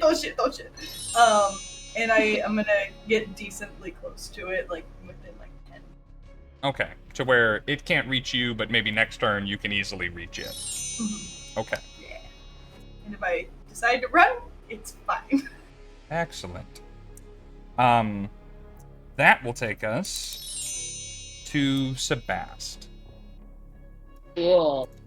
Then, after seeing the nastiness that is all of Dorian, Sabbast is gonna move away from the snare, but more into open area, so that she can get a better idea of the area she's in and who she's fighting.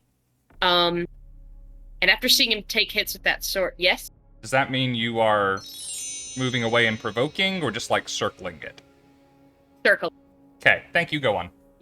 Away from Dorian, but still around this. Thank you. You're welcome.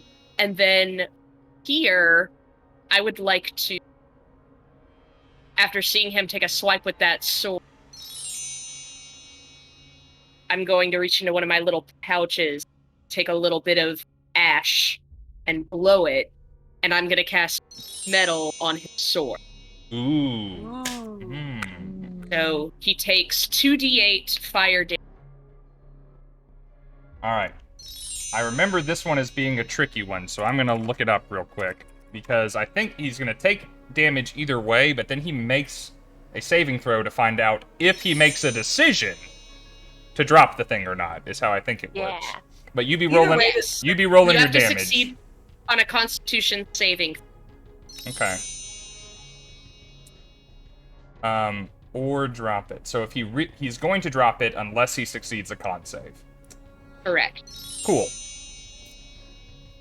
Great, love it. What kind of fire damage am I taking? 10 points of fire damage. Shit, girl. Whee! Okay. You guys are either very lucky or very smart. I haven't decided which. This is definitely very lucky. I have a +0 to my intelligence, so it's definitely not smart. Fair enough. All right. I'm gonna. When do I make that con save? Right now or later? Right now, it looks like. Yeah. Yeah. Guess what? And takes damage from. What am I guessing? We just passed our stretch goal for the journal. Oh, yay! I just added them up. So. Why do I try? Why do I try and set goals thinking that maybe you will not exceed them, when this community exceeds my every expectation at every turn? Wow, good. I mean, awesome. I will happily send out as many journals and sets of dice as I have to if y'all keep supporting us like this. Awesome. Bailey is going to be picking out the journal for us tomorrow, and I will have pictures for Wednesday, I hope. Well done, and maybe we'll have another stretch goal by Wednesday. We'll see. Gosh darn it. Thank you guys. Y'all kick ass. Y'all are so cool. And also, welcome to Siler Gray for the follow. Welcome to the party. And thank you to first-time chatters, Siler and Bert the Red. We will be having a drawing for the journal, and the leather tray, and the hollow set of dice with dragons in them, and the new exclusive Fangs of Winter dice that aren't for sale yet, at the end of the month.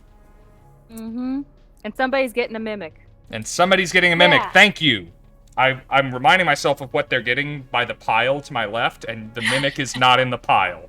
They don't have baby mimic, but for anybody who's new and hasn't missed it, here's Big Bertha. Here's the mimic. It's a dice box. Big It opens, Bertha.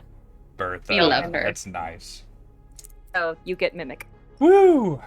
All these things are true. We're giving out so much stuff this month, guys. Good. There's a lot of stuff, and we aren't Maybe even. more? Oh, Maybe. Sarah. Stretch goal. Crash is gonna fly somewhere to someone's house and punch him in the face. I feel Bards like of she- New York Yes, are we're also raiding getting us. a Yes, I Raid. will. Hi, Bards of New York. Thanks for raiding us. Oh, and they're Hello. active raiders. We got Wow. 5 raiders and 4 followers in the 5 followers in the same breath. Oh, hello. Gosh, Hello, hey, raiders. welcome. We're in the middle of a Right, fight, spooky. and we will get back to that as soon as amazing things stop happening in the chat. B-Town MC, Hanneman Shu, I'm going with that. Count Druku, Woodman, and BioWare Babe. Yeah, hell yeah. Hi, Welcome. new friends. Welcome to the party. Holy shit. Oh. Come in. Whoa, we're fighting a scary spooky, and we have a scary spooky party Yeah. member and 3 gorgeous women. we're gonna real quick make note of what Every Dreaming friend group has one. You gotta recognize Dreaming Leather in the chat for coming in here and saying, OMG, I would pay good money to have Crash Candy Cosplay come and punch me in the face. So I mean, true. same. Me too. And Manny's in here. Manny's in with it too. Discount. 5 more I'll community get it for subs. free. You know, Still haven't arm wrestled. We forgot in Florida to arm wrestle. Frick, I literally arm wrestled strangers and forgot to arm wrestle you. as we're getting And you enough, got paid. we have an incredible amount of people who actually watch our stuff for the size of the community that we have. If we get the kind of turnouts that we have on Monday nights throughout the week, we will make partners so fast on this platform. Wow. We That are would be s- so cool. We are so stinking close. Oh. Manny, by the way, just to tell you what a stud Manny is, I tried to get in contact with him to, like, send him shit. And he doesn't want it. He just wants to keep watching us play D&D. Manny. What a stud. What an absolute dog. unit. Before we go back, I'll pause us for once. Before we go back, for the couple of new people who have joined us, Monday night we're doing a charity stream if you want to join us again. Yes. Next Thank you. Monday, Yes. we're doing a charity stream. We Here, I'll send the. Yes, the exclamation Send it point. out. Yeah, we love the support. We will absolutely take the support. We are not where we're going to turn it down, but if you wish to do a donate for a good cause, then next Monday you could, if you have some extra dollars, then that would be a time to do something to support something other than a Twitch channel with them. We just had, yep. Thank you, Maddie. There will be, You're welcome. We're doing a benefit stream for that charity or that organization. I don't suppose it's really a charity, but you can donate to it like one. We're going to donate proceeds from next Monday to that organization. So give it a look. Maybe this isn't the week to spend your dollars. I don't know. But thank you very much to those that did. I got in and am able to follow and chat. Yeah! Hell yeah. All right. So, whose turn was it? I think Sabbast was just doing the heat metal. Away. Yeah, it was the Yes. heat metal. Heat metal. Okay. What was his const? 1 plus 7, but it's a 1. Get his Drops it. All right. To drop that sword. It drops Drop its it. sword. Oh, it's a second. So now there is a smoldering sword sitting on the lush grass on top of this hillside. Soil here is very well fertilized for obvious reasons, and it is burning away at the grass on this hilltop. Very well done. You have circled this thing. It is now unarmed. Is there anything else you wish to do? Set up another snare. Give me a minute, guys. Don't think I have many bonus actions, so no. Or well, I'll scoot another couple feet just in case Dorian is able to. Okay. All right. That will be end it. Sabbast's turn. We're going to go to Nimwyn. You're the only one not up in this thing's business right now. I am, and He's I think able to. She's about valid. to get a little closer, at least.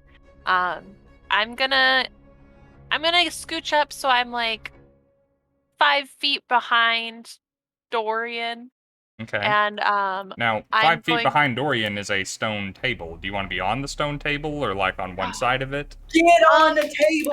Be like Aslan. Get on the stone table. you know what? Yeah, I will get on the table. Actually, What? I wasn't heavily influenced by Narnia as a child. What? So I climb up on the table, and I'm going to use Good. my emboldening bond that I have as a peace cleric to choose Dorian and Sabbast to create a magical bond among them for 10 minutes. And while bonded, they can roll a d4 and add it to an attack roll, ability check, or saving throw they make, so long as I am nearby. Wow, cool. Now, this not being a spell is not a concentration thing. This is just going to last for the next little bit, right? Yeah, I believe it's 10 minutes. Ooh, that's better than bless. Scary bitch supremacy. Back Dorian. Yes. The monster then- and the thing afraid of the monster. And then I think Like to I think Sabbast felt will- that tingle and then suddenly like realized what was happening and just goes, Oh, no. Uh, hell no. Me and my Um, sleep paralysis demon have an arrangement. Not that I want All one. right. That and is then your I'm action? Going to, bonus action, cast Sanctuary on myself. There we go. Good one. And that's my turn. And that's your turn. All right. That will bring us to the monster's turn. The monster is suddenly devoid of weapons, but is in a target-rich environment. It is going to look around. Sabbast, do you have any weapons on your person that are visible? Why, that is a question. I think the most visible would be a boomerang. Boomerang. This is gonna get me every time. Not going for that. Of course it would be. So, this thing looks around. It looks back and sees Naya's short sword. And looks as though it's about to make a move towards her. Then thinks better of it, noticing it would take 2 opportunity attacks. And looks up at this monster that has a blade. And it is going to take some swings at one Dorian. Oddly, he hits with any, I will hellish rebuke. Okay. Ooh. Interestingly, he makes more attacks with fists than he does with swords. This man's laying on the ground like this. Oh, that's a good point. He stands up. How many times do you have to teach you this lesson, old man? See, I'm gonna mark off a point of DM's inspiration. I love the young people. Spending my inspiration to re-roll that 1 and turn it into a 25. I want to be happy for you, but not when you're the enemy. Well, Yeah, I mean, That's a good pretty roll. hard. I'm but- happy. Yeah, it's pretty good. I'll be happy for you because I rolled 2 natural 20s on Ellie in my game. That's true. Yeah, and then I Fair. died. Yeah. I got better though, so it's fine. Like we do. So you're gonna Got a take girlfriend, it's good. 8 points of bludgeoning damage from this thing's fist. All right. 8. That does not quite get out all of my imps, so that's good. It is going to swing at you again, and then I know it's getting hellish rebuked. It's a dexterity saving throw. I know that much because I love tieflings. When they don't roll 1s, these things roll hot. That's going to be a 25 again to hit. Okay. My 10. That is going to be 11 points of bludgeoning damage this time. I'm gonna write it down and I'll go back to my sheet in just a second. Is it just 2? Just 2 attacks? Yes. Okay. And you see this thing kind of make a mental note of the fact that it dealt more damage with its fist than it did with that sword anyway. Oh no. Nevertheless, Naya's about this life. I am going to spend a DM's accomplice. And as it whacks at you, you are going to drop that dagger. Okay. And it is going to spend its free action on this turn, picking that up and tucking it into its left hand. Be ready to do something with later. See how the next round thing goes, because that's actually doing a hellish rebuke. That's the only necrotic thing I have anymore as a dagger. So I guess I won't be doing that. Yeah. That's which My natural you one get a- wisdom saving throw doesn't matter. Why? Actually, I was gonna do, I'll tell you guys all this now, and I quickly decided no, I will not. Because all of you kept getting close up. I was gonna Arms of Hadar. That hits everything within 10 feet of me, and you're all within 10 feet of me. We want to be close to you. Just caster thing. I've never played a caster before, and so I'm Oh like, my wait, how God. much distance does this do? Did you max them Okay, out? Almost.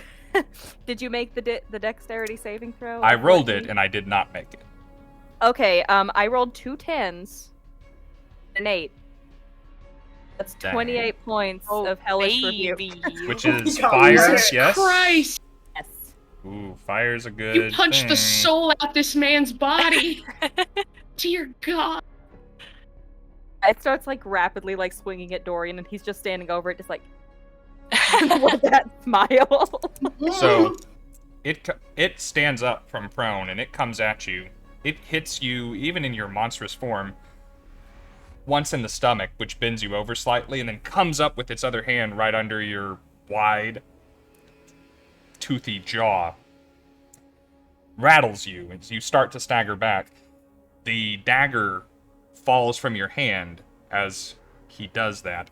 Without even letting it touch the ground, he reaches out with very quick reflexes and snatches it out of the air. As you see him doing this, you weren't done with that. You were still playing with that. You were still playing with him. Was it your turn?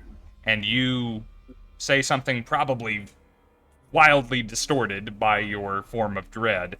Whatever your components for the Hellish Rebuke are. Feel free to tell me if there's something specific, but as you do, this thing... Not anything, like, weirdly specific. Let me check.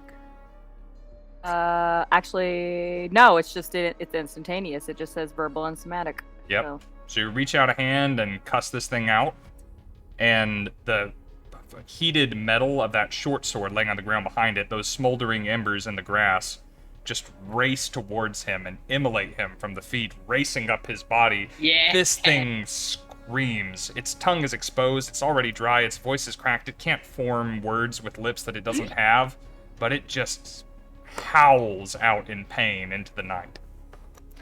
In a way that if I tried to do it, Twitch and Discord would just clip me, so I'm not doing it. Use your imaginations, chat. This is Dungeons & Dragons. We imagine things here. Alright, okay. That was a lot. It's starting to look hurt. But not even actually a bonus action, but whenever I just say random things, and I have a use of things because my turn's about to come up, his bonus action is just going to be like, "That's echoes!" Sounds like a bass boost. Been trying not to laugh because a second ago when I was rolling all those damages, I glanced over at Bex and she yawned and slipped and fell over the whole time. So she was laying just like, like on her side. Guys, if you're new here, Tyler's always here, and Tyler has rats. And Very got a sleepy girl and a and they're the most popular thing on this channel. Yeah, popular girls should be. Really are, aren't you? We're gonna push to the end of this fight one way or the other before we take our break. So we're gonna try and keep things moving. Dorian, you get your reaction back because it's your turn now. Yeah. Wow. So yes, your compulsion to continue to deal necrotic damage to things translates now to... I need that dagger back. The thing holding it should probably go away. Echo said it's my turn on the Xbox. Don't... Probably this won't do any damage because I have like no strength, which is perfectly fine. But I'm essentially gonna do not an unarmed strike, but of the same volition where he's like what, like maybe 5 to 10 feet from me. He's very close. Oh yeah, he rushed you to try and hit you with all this, so he's right in front of you. Yeah, then he's gonna like crouch down on his like weird like, because everybody who missed the first couple episodes, form of dread, he's really like elongated and nasty, and his legs have like cracked into like the shape of like I keep saying like the quarry werewolves because they're hairless. So yeah, so he's gonna like hunch down on those like weirdly bent legs and just thrust all of his body weight at it to try to tackle it in what could be an unarmed strike, but I have no strength, so no damage will happen. But he's basically gonna try to tackle this thing to the ground and see if he can wrestle the knife from it. That sounds fair enough. D&D 5e, this is, I try and follow most of the rules, guys. The rules for grappling and pinning things are bullshit. And you need feats to do them. So if you can make me a successful grapple check, which will be your athletics versus his athletics or acrobatics, I'll let you go ahead and take this thing to the ground, at least this time, in this circumstance. So let's find out what he's good at. He is better at athletics, so that's what he's going to try. What were the two options? Athletics or what? It has to be athletics for the grappler. It can be athletics or acrobatics for the grapplee. Okay. Wait, Ty, remember you can add a D4 stuff because of our bond. I'm gonna do that first before I forget. You use stuff if you want this to work, because I rolled well. Let's see what happens. I got a 4 to add to it. Ooh. And That's promising. I'm gonna use my inspiration because that was a good roll, but I have it and I always forget to use my inspirations. Atta girl. There you go. Oh, you also have a guidance too. Hi, baby. Somebody's awake. Look at that little sassy leg. Oh yeah. Okay. Okay, here we go. Actually, need you to do this. Oh, that prismatic Her little die. grabby hand. Okay. Come on. Come on, Vex. You can do it. That's a natural 20. Hell yeah! Yeah. Yes! She always does it. Don't know how Oh, she So, always does so it. give me the I like number. little gal. That's gonna actually be a 19 because I have a -1 to it. But Plus- you got a Plus +4. plus Oh, 4. +4, so And you could add your guidance 23. to it if you want. So here's what I'll tell you. was it I got a 23? 19 plus 4. So I'm also at a 23, and I also have a guidance. We're gonna have a guidance off. We're or gonna have a somebody else- guidance off. Because somebody Rollies. else just Yeah, I got feel like I'm in me Zoolander. guidance. It's a walk-off. It's a walk-off. Here, you. I need you to do this. Your hands are better at this than me. Don't eat it. That's glass. Drop it. Drop it. Nah. Well, that didn't work. It dropped in my lap and didn't roll. I got another 4. I got one too. What do we do? Can So- Ty use the guidance They're that just was rolling just around on bought the for ground.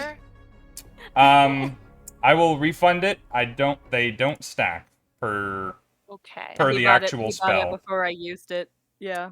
I put that on me. It does need to be on. That was epic Wow. as fuck. It's so sad you have a -1 in strength, because otherwise you would have 1. He's just a little guy. So when it's a Instead, tie, these this expert rolls. Instead, this looks like when the rats are slap fighting each other over food. it's Dexter and Mandark fighting without the robots. Yeah.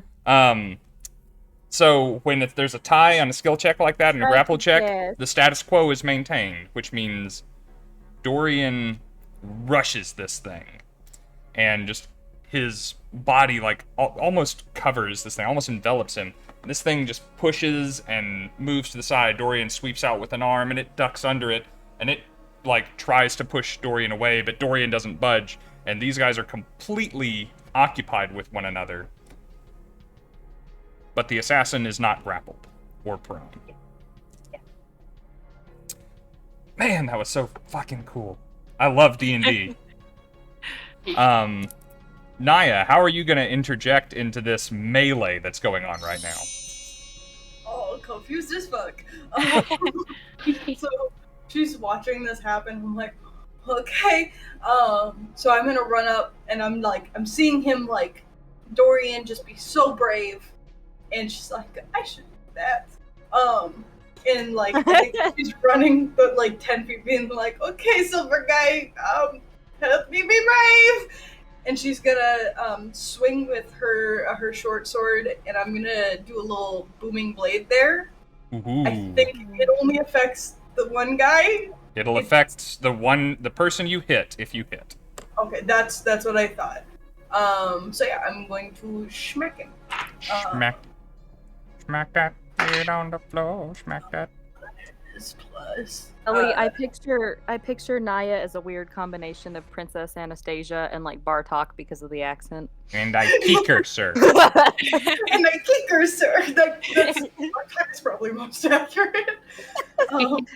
So that's a 15 to hit. Hits. So I'm a whack 'em, and then they don't take damage the extra damage until they move. Yes. But I do the. Hang on, I gotta. What the heck is not right? No. 1d6 plus 4. So. Oh, that's 10. Dang. And then if they move at all, in this turn, or willingly moves 5 feet or more. Right. So if it chooses to leave its space. Yeah. Then it's gonna take another d8. Awesome. Guys, on the Bardic Twinspiration podcast, Steven and I were talking about the best cantrips in the game, and Booming Blade was number 10, because it is good. And the only reason it wasn't higher is because there's some good cantrips out there. Because Eldritch Blast exists. Eldritch Blast. Eldritch Blast was also on the list. Alright. Well done. You come up and you rake this thing across the back. It's still very engaged with the monster that is Dorian. You're pretty proud of yourself for working your blade into all of that mess and hitting the thing you wanted to hit, and hitting it well, too. My dad would be so proud. I was gonna say that. Aww. I'm gonna tell him when I'm late. I'll tell him that's Yes. why. Yes. Daddy, Titus, I stabbed a bitch. Felt good. It was great. That's my girl. Well, He was stinking ugly. done. I stabbed someone and came home safe. That's all he asked you to do. That's true. That moves us down to Nimwyn, unless you had anything else. No, sorry, it's Sabbast after Naya. Yeah. I'm good. I'm just sitting there like. I'm just happy to be here. It did help. I'm gonna see him take the dagger from Dorian and get a little tussle. I'm going to take the remaining of that ash and blow it back. Say, no, that's not yours. And I would like to cast heat metal again on the dagger. Ah. Not gonna learn his lesson. No. Heat metal, There'll be a loop. that's your second level spell, right? Nice. Yes. Okay. Well, you roll your damage, and And I get to add a gold. you get. Oh, is that due to damage too? Yeah. It think so. is attack roll, ability check, or saving throw. Okay. Okay. Problem. Still probably gonna take this. I'm gonna roll my Constitution saving throw. Go. Yeah, he's gonna drop it.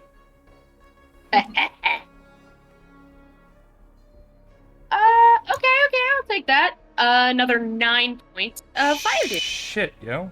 Ooh. I'll take it. So is heat metal concentration? Yes. Okay. So, technically speaking, that short sword is cooling off right now. Yes. Okay. But it has to drop the special dagger that makes things die. So, Yes. good call there. And just lots of this poor thing, I'm glad it had as many hit points as it is, the way y'all are treating it. That's his fault. That is his fault. Alright. Town Excellent. ain't big enough for, like, 2 crazy bitches. Okay. Well done, Sab. I'm assuming that takes us to Nim. Yes. Okay. I think Nim's gonna she sees Dorian like going in on this guy, and she's like, right, if Dorian is going to do that, then I'll give him something that hurts too. And I'll hop off the table, and I'm gonna go up and like grab either like the guy's like leg or arm or something that's like out, and I'm going to inflict wounds on him. Yay! We love it. Like, So, that first of all, that's going to break your sanctuary, casting a damaging spell, yes? Yes. Okay. And then you are going to make a melee spell attack against him. I am. Inflict wounds is so scary, you guys. That killed a character of mine in a previous game. That is a 24 to hit. Just hits. get it done, baby. Just make sure All she's right, like, so be mean to my friend. leave him alone. Let me get. Hold on. I need to get 3 d10s real quick. And we roll 20. 20 necrotic damage, right? Yes. Okay. 20 necrotic. Yeah.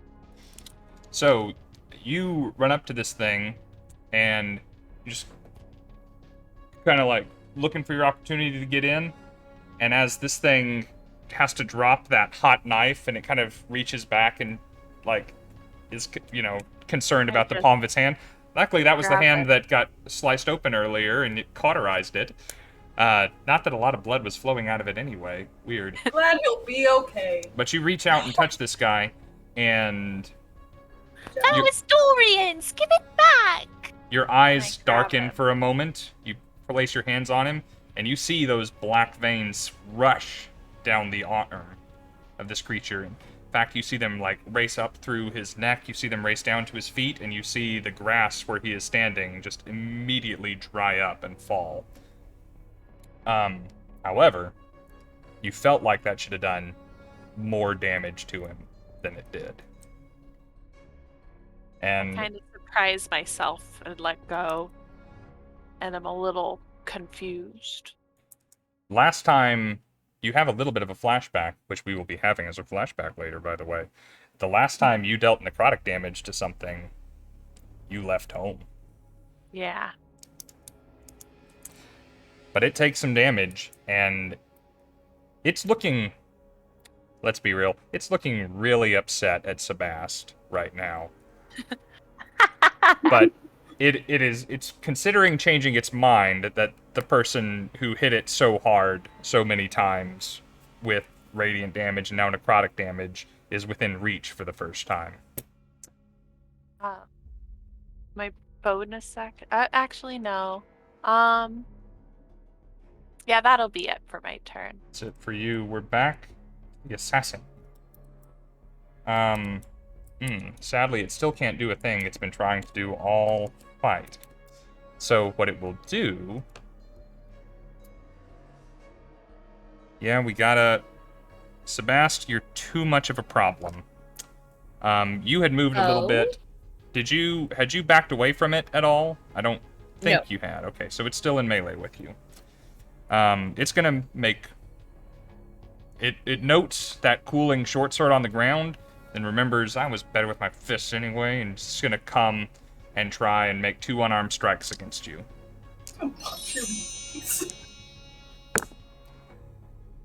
Well, that's a natural 1 for one of them. Hell yeah. Okay. Barely missed.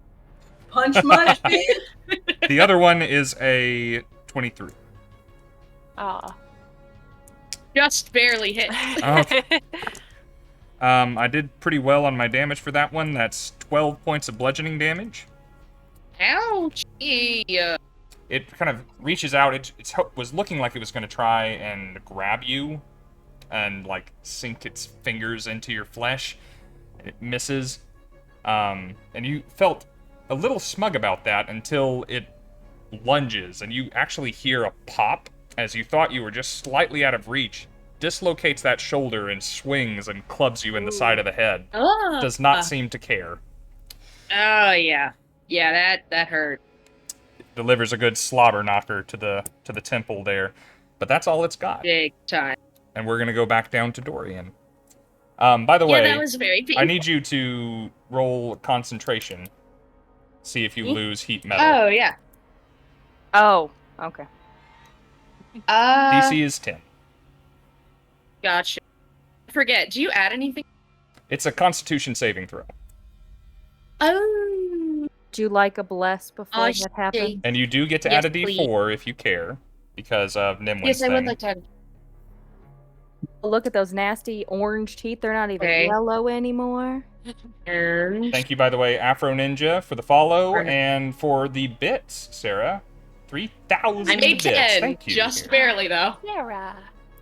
You made 10, so you keep the spell if you choose to. He's still hot. All right, that takes us to Dorian, and ever closer to the end of this fight. Dorian's gonna look at the dagger that's still like glowing red hot and kind of go, like hide away. Yeah. You're welcome. You do not necessarily feel so compelled. You would have to keep doing it if you kept attacking with the dagger, but... Instead, though, I will... I think if I do an Eldritch Blast, I might hit Sabbast with it. You are currently in melee with it as well, so that would be a hard shot. Because you were trying to grapple it last turn. Oh, okay. I wasn't sure how far away it moved in getting... Because I thought Sabbast had moved away a little bit from me. No. We're flanking.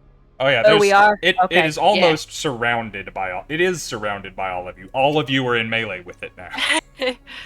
Well, We're not curb stomping it yet. I have no strength to put into an unarmed strike. Like, even if I hit, that would be 0 damage. So instead, I am going to do a mind sliver on it, and that would be probably at a disadvantage because I'm standing right in front of it because I don't have. No, mind sliver's not. It's a hit. That's a saving throw for me.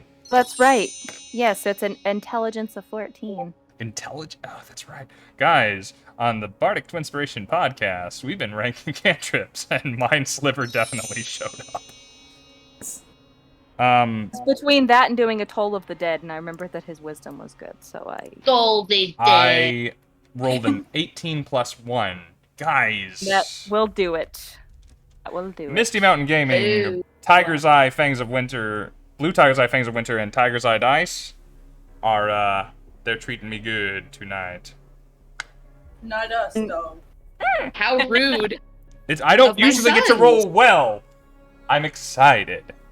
Rob, since when? Since I would like Wednesday you to be in my nights. chair for just a little bit and tell me you don't roll well? When I play, I roll. Okay, Mr. Nat 20. I haven't seen a Nat 20 in like 2 years. I remember Steve getting so excited when he finally crit as Dame in Rhymehold. I do want him to make a wisdom saving throw to see if he's frightened of me. Well, you didn't do any damage to him, right? That's right, I didn't know. I don't know if it's if I each turn have to do it or if I've hit him. So far every time he's had to make a save, he has succeeded against the Form of Dread. So I think we've only done it one time, but have you damaged him more than once? I don't mind rolling again. Let's see, I did a dagger and I did an Eldritch Blast. I will roll again then. Wisdom saving throw? Yes, but he'll probably make it, but regardless. I got a 15. Does that make it? Is one above what you needed, so. Okay. Your undead creatureiness does not throw him off like it should normal creatures. You watch him get kind of frustrated and start like kind of scratching at his hair and kind of not really pacing, but just in that one spot, kind of doing like the restless animal movements. You mean what I do in my chair the whole night? Yeah. It's the ADHD, baby. Hey, Restless Naya, it's your turn. Yeah. Okay. So I'm mad at my dice right now because, like I said, as she's getting a hang of this, I'm making them decide for me. So she's gonna do an unarmed strike when I don't get anything for strength. So I'm just mad about all of this. So I'm gonna run up and just try to punch him in the head. Hey! We fake all of the fights in the cornfield, okay? Rich people are easy to trick. So that's a 14 to hit. A 14 to hit does hit. So he takes 1 point of damage. Nice. Yeah. Marking it down. I had a character who had a negative strength stat, so when she kicked people, it did 0. Yeah, that's what my situation is.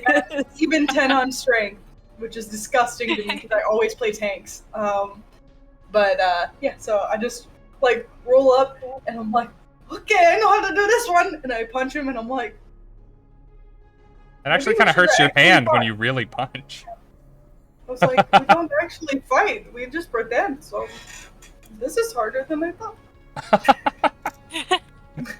Well done, Naya. On to Sabbast, who is thoroughly impressed, I'm sure, with your punching ability. It was a good punch, It's just not hard. Yeah, that was pretty sick. I look at her, I'm like, I'm dying over here, great. but props to you. 1 damage. do that 1 time every 6 seconds. Okay, then I am going to my natural recovery, which takes no action, to bring back one of my second spells And with that, I'm going to cast Wither and I think you said I love that spell. Wither and Bloom, right? Wither Yeah. and Bloom. Okay. Yes. Love that spell. I have it for CN. It's fun. Okay, what do I need to do? Are you attacking or am I saving? This thing. Make a Constitution saving. Okay, saving has been historically good for me. I know, says Mr. I don't roll well during games. When I play! Please. Alright, we're gonna use... You know what? Here, I'm gonna give you every chance. I'm gonna use a different die.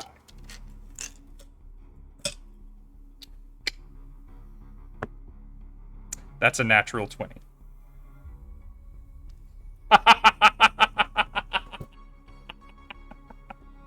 I don't see what's funny, Rob. Hey, Rob. Hey. You bet so much of my sympathy for you on that roll. You just lost it, baby. Wait, you had sympathy for me? Not anymore. Some, till then. But you still get hurt either way. Yes, spells. What kind of damage is it? Necrotic. Okay. That is 9. I believe in your case 4 or 5. We round in your favor. Okay, so 5. Okay. And then in addition, I can spend one of my unspent hit dice and gain that. Nice. Although I don't know what my hit dice are. For a druid... And I don't know how to find them on D&D. I think it's a D8. Let's see. I will quickly find out. I don't do druids a lot. My apologies. Yeah, I don't know how to It's either a find D8 or a D10. It is a D8 plus your Constitution modifier. Well, hit die. Hit die would be a D8. Yeah. Okay, so D8 plus my spell. Oh, Should I be hear wisdom. sparkles. Thank you, Maddie, for the cheered bits. Thank you, Sarah, for the cheered bits. Love you, gals. Moon Weasels is our friend Tucker, who occasionally works for Misty Mountain Gaming. He resubscribed with Prime, supporting the channel the smart way. And also, Starchild gave us a follow. Welcome and thank you. We're playing D&D. They're killing my assassin. It's great. Haha. Beat him up. I'm making them scared of me a 70. little bit, maybe. You got 7 back? Yes. Nice. Perfect. Okay. Anything else, Sab? I think I'll concentration on that dagger as my Okay. bonus action. Dagger is back on the table, by which I mean on the ground next to the table. Yes. All right. Down to Nimwyn. So Nim's a little startled by the necrotic damage and realizing that that was in fact the first time she had cast a necrotic spell in a little while. And she turns over to Sabbast, recognizing that she just got pretty hurt, and reaches out and like goes like this, like she reaches out and she kind of pulls back, and then she squeezes her eyes shut and grabs your arm, and she's gonna cast Cure Wounds. So you're gonna get 10 hit points back. But she's just a little nervous about it. Okay, And- why are you? Just because I'm the dungeon master and I have to ask these questions, do you push yourself to give her any No, additional no. healing? No, Okay. not yet. We're good. Okay. Just checking. Yeah, so Cure Wounds, and she's gonna take a couple steps back, accepting if there is an opportunity attack, but she wants to. Bless your heart. If She she wants says. to get away. That's fair. All right. So valid. We're gonna try and take that op attack because no one else is giving me an excuse to try. Bring it. Yep, that's a 21. Oh, it just beats my armor class. I rolled almost as low as I possibly could, though, so that is going to be 7 points of damage. Okay. I'm sorry. Yeah, 3 plus 4, 7. Are they both within 5 feet of me? Are they both within 5 feet of you? 'Cause It is. She is not. Okay. Well, you know what? Hang on. Yes, she's not adjacent from you. Diagonally, she's within 5 feet of you. Okay. What matters is that they are sentinel. I'm gonna get them with my sword, just like a normal attack. No, it's not moving away, right? It's when a creature within 5 feet of you makes an attack against a target. That's other than fair, you. and this is an attack. Even though it's an attack of Ooh. opportunity, it is an attack. Love Awesome. sentinel. Do it. So I'm smack them. That Get 'em, was get 'em. 13 plus 6, so that's a 19 to hit. Yeah. And because I like her, and then that's gonna be We 6 all like points her. of damage, and just be Aw. like, "Don't hurt my new friend." Alright, it reaches out and tries and clocks her. It's also just still swinging around that arm like a club. And you come in and you bite to the bone on that arm as it swings around. And it looks at you very annoyed and like reaches up and pops that shoulder back in with a crunch. Trying to look really tough, but God, I'm pissing myself about it. Boy. Okay. Finally, guys. Oh, by the way, how far back are you moving, Nim? We'll say like 15 feet 15 back. Okay. For the first time this combat, the conditions are right for it to use its regeneration. Aw, boo. Sadly, there have been a lot of damage types that stop its regeneration that you guys have been stumbling upon by fortunateness or God knows what.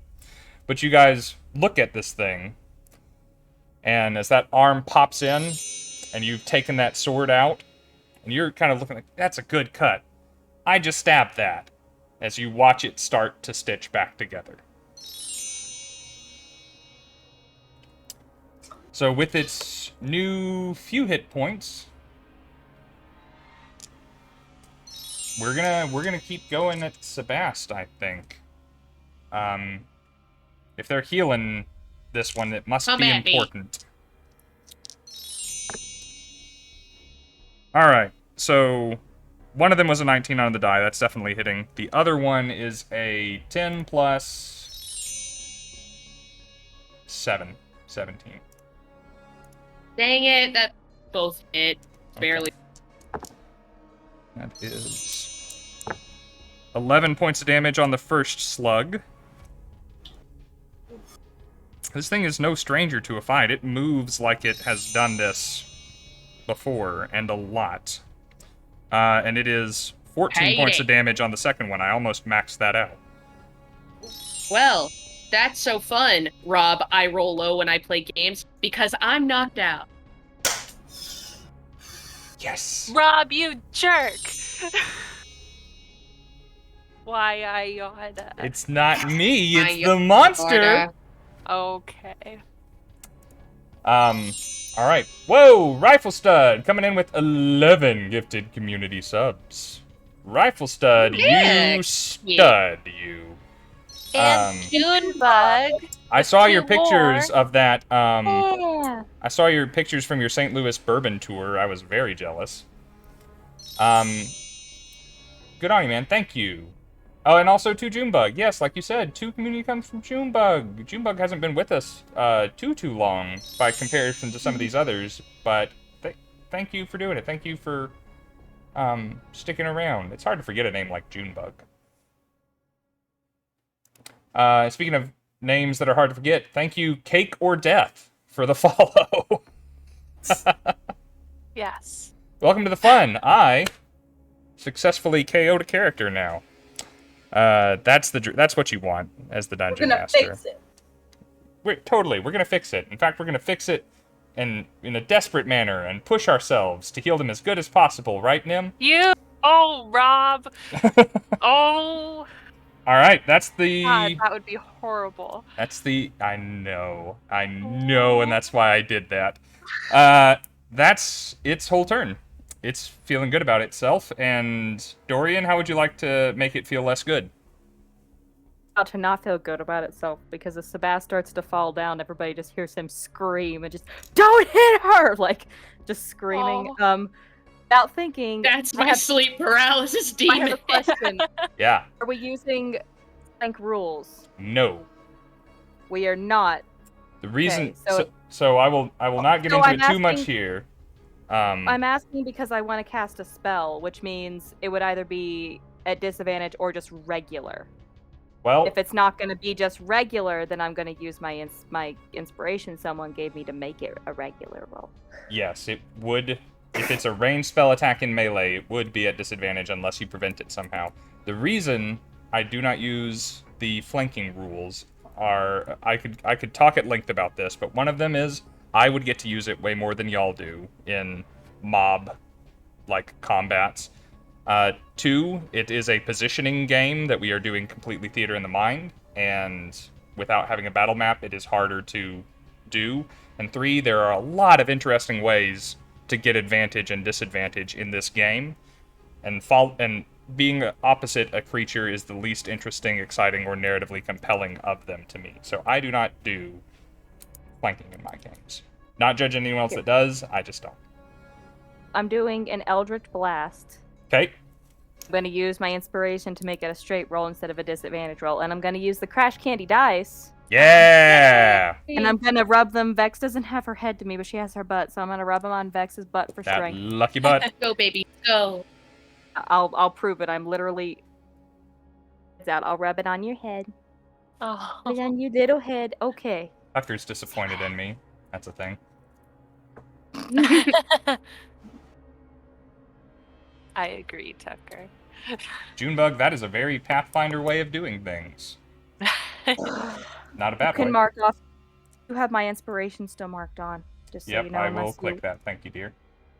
So you know. Oh God. So nervous. Baby, go.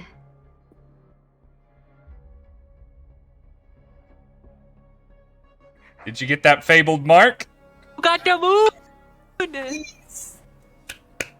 Guys, Crash Candy Cosplay's fabled mark opalite dice coming through in a pinch every time. They roll far better than their creator. They're part of the centerpiece of my dinner table, by the way. Aww. I have them in some tiaras. Tell me about that double damage. With some candles. I'm trying to find my Exactly how I would want them to be. hands. Rob, what the hell, man? Rob's like, Manny, who's that guy? Rob's coming in here with 14 more community subs. Brother, You do enough for this channel, man. You run on Wednesday nights. You don't have to go so hard, my generous dude. Had to hit 500, it was bothering me. God, Okay, that's damn it. gonna be. That's crazy. Wow, dude, thank you. That's It's gonna be That's 15 wildly points unnecessary and generous of you. That'll be 15 points of damage. Oh, and even though hot it's probably, damn. I'm not necessarily moving out of its range, but I'll let you decide if you want to do an opportunity of attack. But basically, he wants to scoot around the creature to lay himself on top of Sabbast. Oh won't- God! no, if I you'll- wake up, it's gonna be horrible. You can scoot through your friends, since y'all are allies. You just move through the space of another creature and you stand over there without having to break contact with it. Yeah, just giving her a tiny, even if it doesn't do anything, a tiny bit of cover. So Oh. that's my turn. Well done. This thing is... it never looked good. I mean, just from a sex appeal No. standpoint, but it is looking bad right now. I'm gonna say something that my half-sister said about one of her dogs long ago, in that he was very ugly, but in a charming way, and that's essentially what we have with Dorian right now. It's very ugly, but in a charming way. Yeah. Perfect. Let's talk about how Naya is probably going to kill this thing. Or not. Hey! Well, so... I get to regenerate if I get back to my turn. Oh. Well, okay, I think Naya sees Sabbast go down and is like, you helped me a lot. Please help her. And I'm gonna put an arm out and you see light starting to circle around my arm and shoot out in a little beam. And I'm gonna cast Healing Light. And so I'm gonna I can only use up to 3d6 at one time. but to give you 3d6 of healing. I'm glad I have 3d6. And this is coming from your Celestial Pact, right? Yeah. Yeah. And so, got a 6, a 5, and a 3. So 8 plus 6, so that's 14. And so you just see this light like shoot out and then just spread over her. And I'm like, Besto, okay. And I'm just like walking. She's okay. This assassin is so cute. completely incapable of verbalizing this, but it's thinking to himself, I gotta get me a healer. Well You done. thought I So was gonna yeah, have healing when I love paladins? as you reach down and a angelic light comes off of you to reach down and close up the wounds on Sabbast. Very well done, Sabbast. You are up just in time for your turn.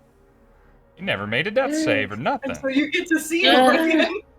You So, wake up with him on top of you, like kneading into the ground like a cat. Just looking up, full view of tank. Bass deserves this kill. It's all Grundle view. I wake up, and I look up, just screams. Looks back at you and just like Yeah, I'm gonna scuttle back.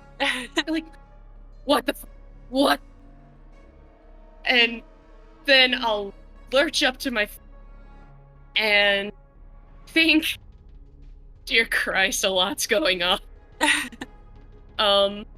Past has a moment of just sitting there like I want to go home and rethink my life. Back. Oh, she's donating. Oh, she's donating. Yeah. Continue. Then I think from here, I will scurry around. First thing I could think of is Primal Savage, so I'm that.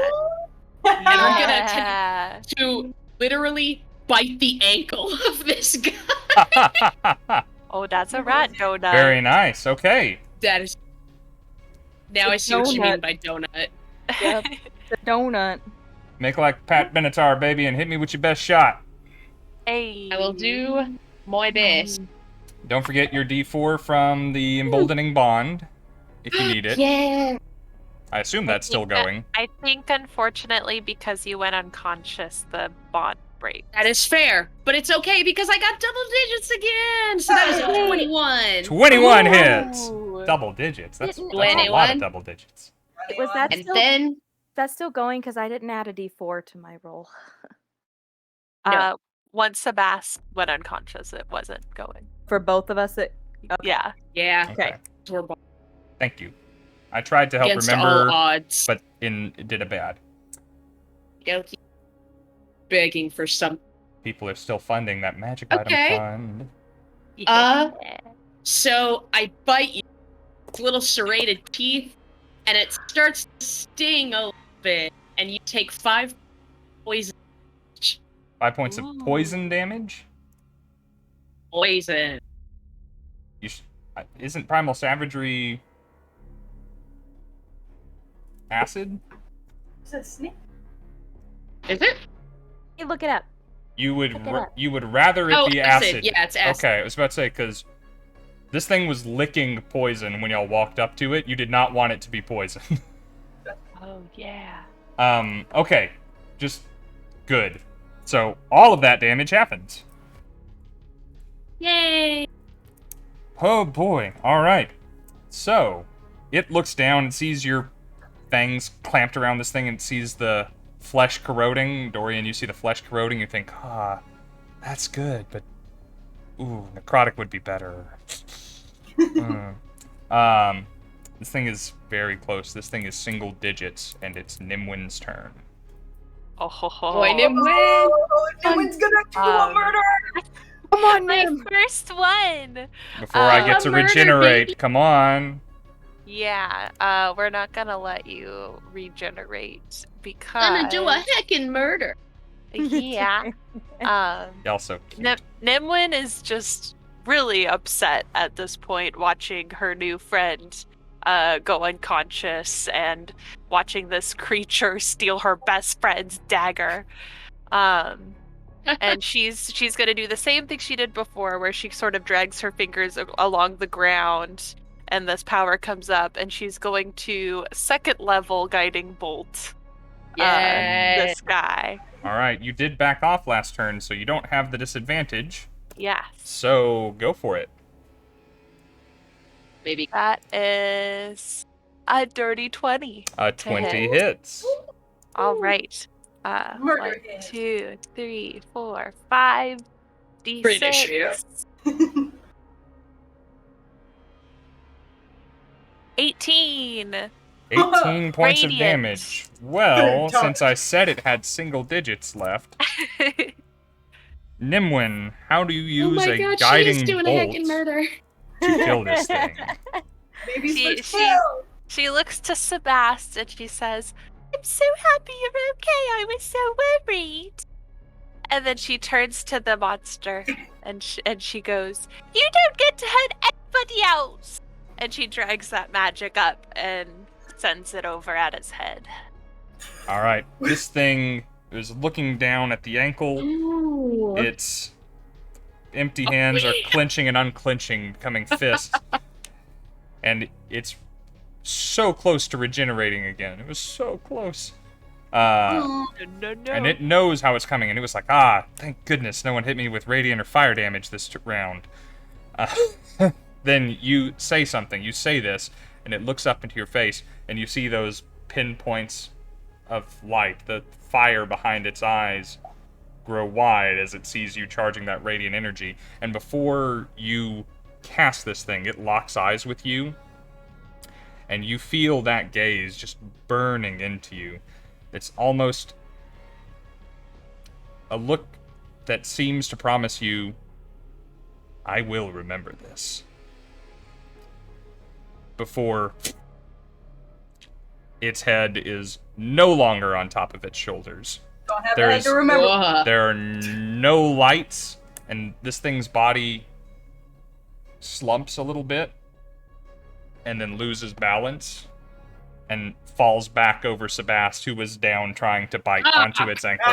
Just rolls off of your back. All the gross things on Sabbast.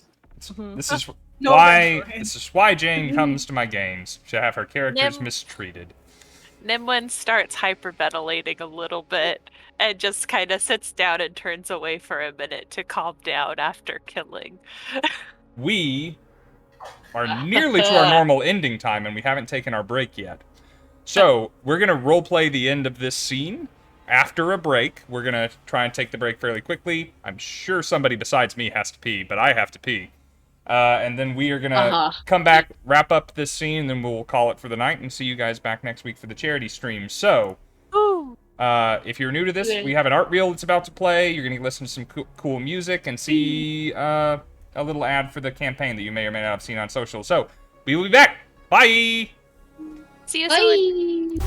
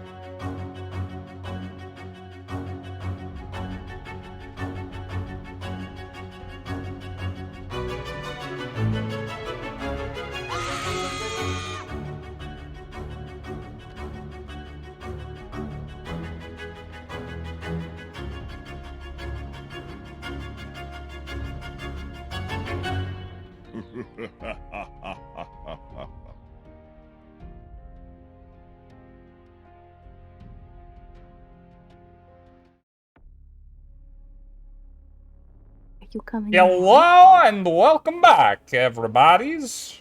Hello.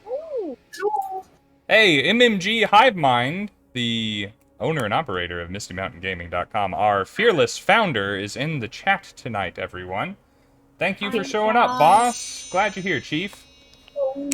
I hope you're where you plan to be. He was stuck in an airport for hours today, thanks to a delay. Lots of hours. Family Fantasy RPG, thank you for the follow. Welcome to the family. Oh, still stuck in the airport. What? Oh, I'm so sorry, John. No wonder he's free to watch. Yeah. Damn, dude. Man, I am so sorry to hear that. Dang. I hate that for you, man.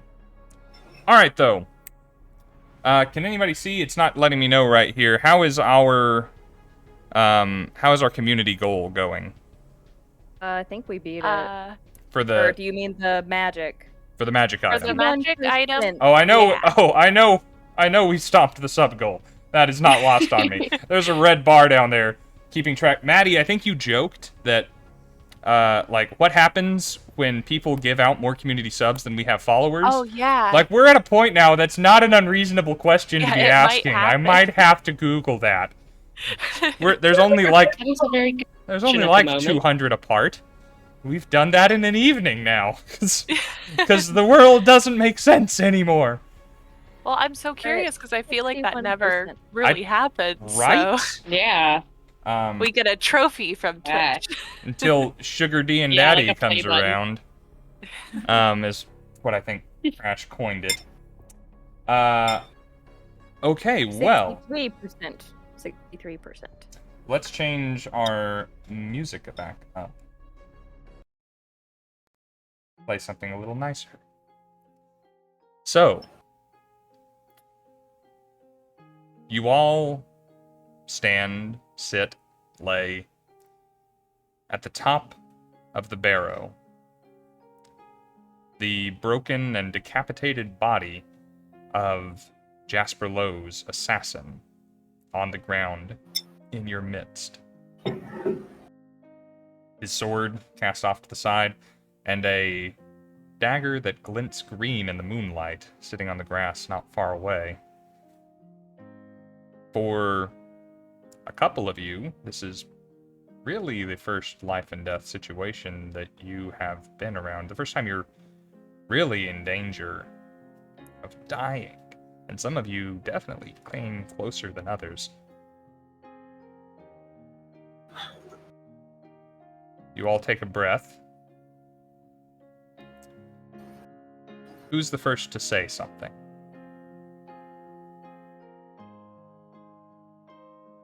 Guess.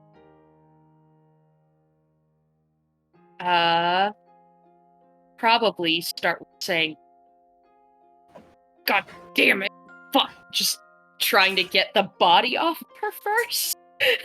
Like another like.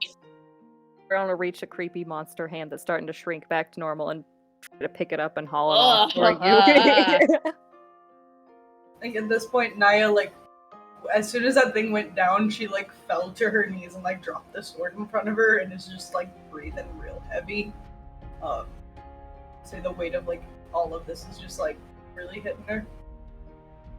I'm going to check something really quick to see what I go for. Okay, that was a high roll. So you guys watch Dorian like look back and forth between Nim and the dagger and Nim and the dagger before ultimately like kind of monster sauntering over to start like crafting little flowers to put in her hair and like gently rubbing her back with like a clawed hand. Nim turns and just like hugs your clawed hand arm and just kind of like leans in. She goes, "I've never done that before. I've never made someone like actually fall down all the way and do that." Oh dear God, he's dead. He's really dead. But if he's bad guy, so it's okay if he's dead. right? It's okay. Yeah. Okay. Sabbast will say, still kind of around, laying on her back. The body's like still half on you. You're just like, I'm done. Yeah. She'll watch like Dorian go over and shudder a bit, and to no one in particular, she'll just say, "It's like Ellie of a shoot," and then begin kicking the tongue off in particular. Are you okay? Do you need more healing? Thanks. No, I'm okay. Now at least, but genuinely, I'm sorry that shook you up. You okay? Is everyone else okay? It's only me. Dorian is at 15 hit points out of 27 that did go up to 40 for a short little bit, but that's okay.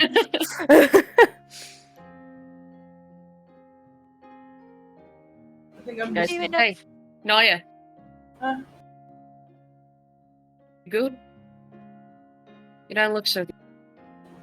I think she's definitely a paler blue, and she may have just been like fully dissociated for a bit. Air. I say, but Rob, I'm gonna be messaging you about some stuff. Okay. With her. Okay. Because I forgot to add that into flaws. Whee!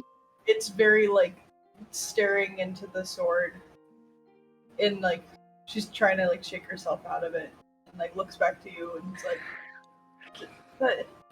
that helped. I didn't hurt you. Oh. No, what would you hurt me? Of course not. I don't know how all this works, so I didn't know if I could do that. But I mean, you're 2 for 2 now, aren't you?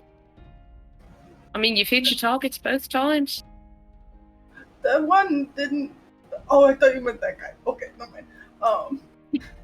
That's. I mean, I guess. Yeah, no, it's a lot. Yeah. Should we, because we have to make Silverman know we got rid of the problem, should we take his shirt to, like, show him? I guess. Is Guys- that how someone Guys, would do this? You guys start to hear like cracking of bones as he starts like shrinking back Oh. in. And as he's saying, just like, I can carry the head for you. I don't really find it all that gross if you want to give him the head. I don't think he has one of those anymore. Of course you'd say that. Oh, yeah. I think Naya's gonna very nervously go up to the body and, like, start trying to take the shirt off and, like, get frustrated and, like, I've got daggers, right? I think I've got daggers. If not, there's one laying close by. I've got a... No, I can't touch that one. That's not mine. I don't know As why I we went have in... learned, they catch on fire. And so I'm just gonna take the dagger and like cut the shirt off of him because I'm not about to try to figure out how to get it over his arms when he's dead. But like kind of cut into it and like again, she's not fully back. Yeah. But just like getting this shirt off of him and being like, okay. What is your passive perception like? Passive is 11. An 11. Okay. As you're trying to get this shirt off of him, you're standing right on top of him. Something comes to your attention when you take this away, and you can see his exposed back. Y'all hit this guy in a bunch of ways.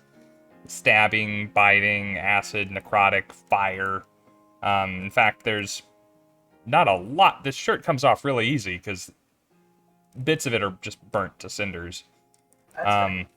Fortunately, it seems like the shirt was soaked in something before it got set on magical fire, which helped it survive. But you notice that there is a stab wound that you do not remember making. You're the only one here with a blade. It's right next to the spine on his left side. Think. Very precise strike through the back and into the heart. With a short blade.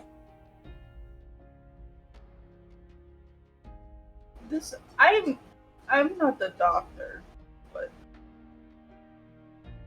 we should have been dead before we got here. What do you mean? Do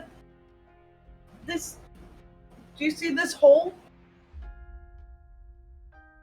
I'm over. I think that should be enough to kill somebody.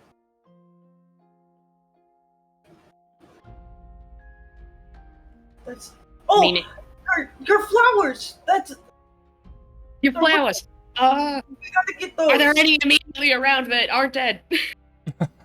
I know you said that this is out of character. You said the ones by Dorian were like not dead yet. So. Yeah, the only ones that actually died were the ones that Nimwyn tried to reach out and touch. Anytime she got too close to one, it would wither. Timmy's mom. That was a whole fight ago, so who knows what's going on now. But there's a hilltop of unmolested flowers. I'm just not going to grab them. I think there's something wrong with me. Like more than already, Dorian. Huh? We'll get the flowers. Don't worry, we're gonna get the flowers. We'll make you back to Eleanor. It's gonna be fine. It's gonna be fine. He's gonna go and walk over and like pick up his dagger and sheath it real quick.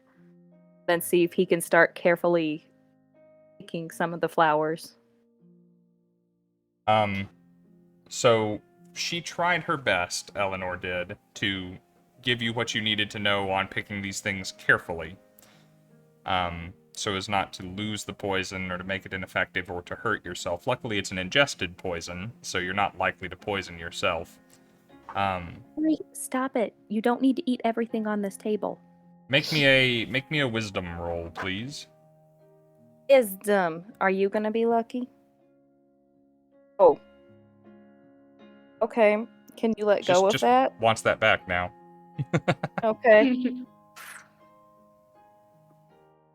Ooh, well, that's a 15, and if you said just a check, if that's the case, it's a +1.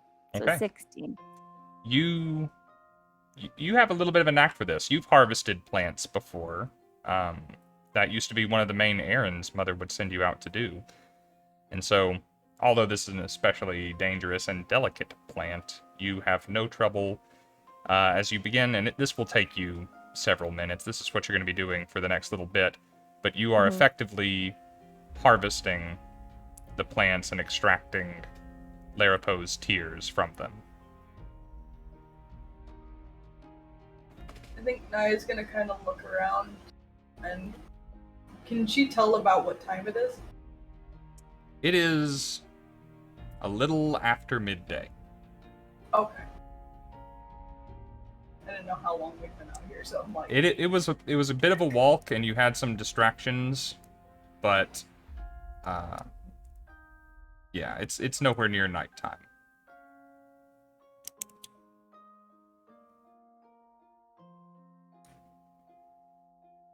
I'm really happy that you all can tell the silver guy that you got his assassin. And I think it's definitely better that thing is not around. Yeah, what it hated for you to... Gee. We would have been royally screwed had you guys not showed up. Like, yeah.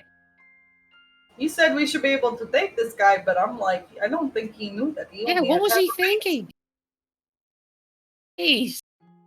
I don't think anyone would notice if we went missing. Maybe he just figured we were, like, easy collateral. Like, my parents would be real upset, but, like, I don't know that the rest of the town would notice. Because I never saw you around too much, and I see almost everyone in town. Around.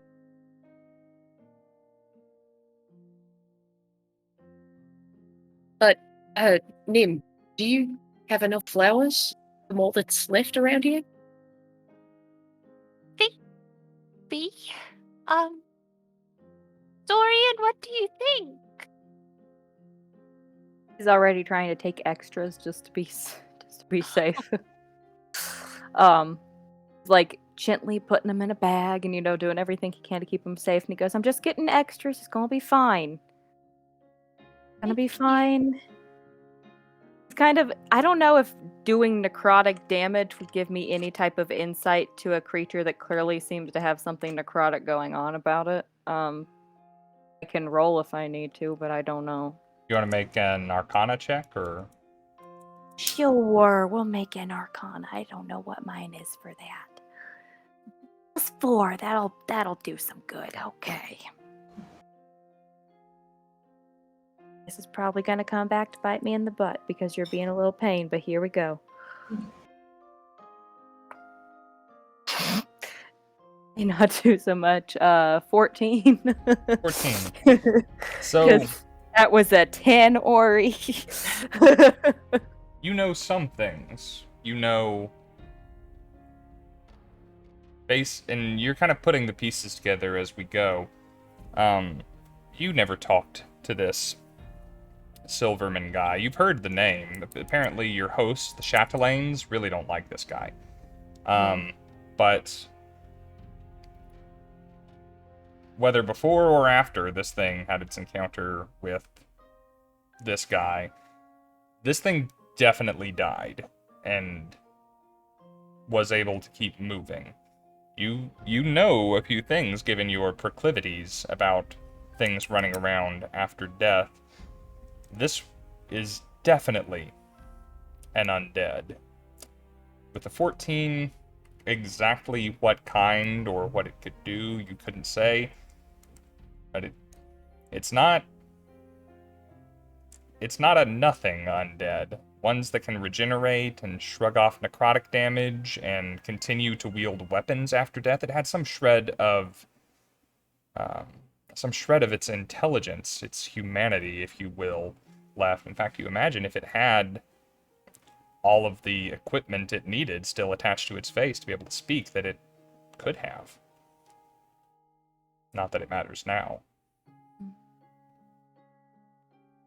Do you think we should maybe take some extra precautions to see if, because if this thing came back once, I don't know, the fire hurt it really bad, maybe we can light it on fire? Yeah. We can definitely burn the body. I think you two might need to ask your Sawyer some more details about this thing, because it's clearly undead, and I don't know if that's what went after him, or if in that time between it's become undead. That's a good... I mean, do you... I don't know, you freaky thing... Anything else with the body? I don't know if this would do anything, but I read it in a horror novel once, and he's gonna go over with the dagger and start cutting the hands and feet off, just so that if it comes back up, it has no appendages. Alright, I didn't... I mean, it came back with a jaw, I guess that makes sense. It's a good idea, Dorian. It's the best Dorian, thing I can do. We can bury it in multiple places, or we can burn it. I don't care, but just if it's in pieces... if you bury it, I can do that. Mold it. Yeah, but I'm saying, bury it in pieces so that if parts of it come back, it's just a single, arm. No, exactly. Do you mean its jaw is just somewhere? I mean, maybe. Hopping around? Definitely wasn't on. Yeah, I mean, we'd have to fight that too. Don't really know, so I'll yeah, honestly, that's it and you can bury it. Maybe you're just paranoid. Yeah, we should bury. And I'm gonna start mold earth, make little holes move out dirt so that Dorian can just plant body parts. Chuck them in. You're like a Jack the Ripper and chucking. And then they'll magically gonna go up with her rumble back up. Short sword and try to help dismember the body, and she's just like, It's just a weird day. No, you don't have to help him feel like he's done this, or probably. Sorry, you have it. He does have that vibe. Yeah. Not on a person. Very just on a few- talented. just on a few of our animals when they pass, just so that we could use them. So. Take that. Yeah. You could be lying. Insight check. No, I'm kidding. Chill, but when Technically, everything is a creature. definitely breathes a sigh of relief when Sabbast you don't gotta help with this. So you guys are, now that you're talking about, are you taking off hands and feet, or are you dismembering this thing? He started with the hands and I feet, think but now that's he'll up to start. Dorian. Started with the hands and feet, but now he'll start dismembering it. Okay. Oh god. I'm going Full to say that is snatch. enough Dexter. justification for you're taking this guy's apparel apart. You've already cut off his shirt. You're cutting through pants or removing undergarments and things so you can get at flesh to cut apart. So I'm going to say were his pants still down the Yeah, he didn't run around. he really didn't move after that, did he? No, So- I tried to do booming blade, it didn't work.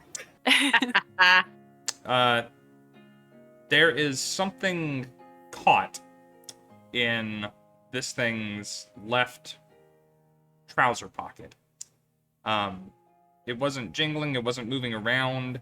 In fact, it seems to have got caught up in some loose threads. It's got a pointy edge that kind of stuck through and hung itself.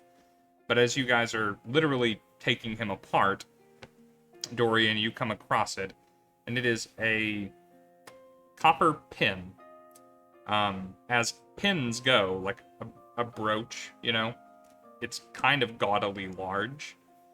And it depicts a longsword crossed with an arrow, both pointy ends facing down. The arrow, of course, very exaggerated to match the size of the longsword. Nimwyn, seeing this, you have an opportunity to make a history check. Ooh. Your mom has told you lots of things about lots of people around this area that the rest of them haven't had the opportunity to meet. So I don't add anything to my history check, but I rolled an 18. Hey! So, back in your backstory documents, I sent you a sentence or two about a group called the Condottieri. And they are a mercenary guild, a very large one, that operates out of a city several days' journey to the west of Blackreach, a place called Stone's Throw. And the mercenary guild is tantamount to the government there. They're large enough, they're tough enough that they make the rules. And if you are a member of the Condottieri, they want everybody to know and make no mistake, you don't fuck with them. So they make it very obvious and give an oversized pin of the weapons of their leaders. An arrow and a longsword. I share that, but in a more of a Nimwyn way. So she explains they're basically in charge of the whole city, and they wear that so everyone knows that they're a part of it. And yeah. Wait, so this guy was somebody important at some point? Probably. Unless he stole it off of someone else. And he tried to kill somebody, and now, as this, mercenaries for hire, I mean, if he didn't You have said they wear them? Why would he have it in his pocket if he wants people to know he's important? Yeah, I Perhaps he think didn't Dorian want... barking on the tree, the target, and then he moved on to somebody else. Maybe The he Silverman, did he wear one? Naya, do you remember? I don't think so. Maybe he wouldn't wasn't wear wearing copper, it. He only wears silver. It's kind of his thing. If he isn't from Stone's Throw, though, he probably wouldn't have one. It's just from Stone's Throw, the dormitory. He He wasn't wearing it because he wasn't there, so he was trying to hide it while not his city, maybe? Well, if he was here to kill somebody, it would be bad if he was caught with any sort of label or mark. He'd want to be someone not noticeable. DM, what I know about how far they are from each other? So, yes, in a way that you've never been there. Like, I know how far Oregon is, but, like, not practically speaking. No, not in general. Like, does this sound possible mix or something like, hey, that's a while. So, you know that being outside of the gates in Blackreach, outside of a town, is dangerous. And it is several days away. Like, several days away. There are 3 safe havens in Blackreach, and everybody knows their names, and usually you've only been to one, or you're probably dead. But Stone's Throw is the farthest west of the 3. Heart's End is the farthest east.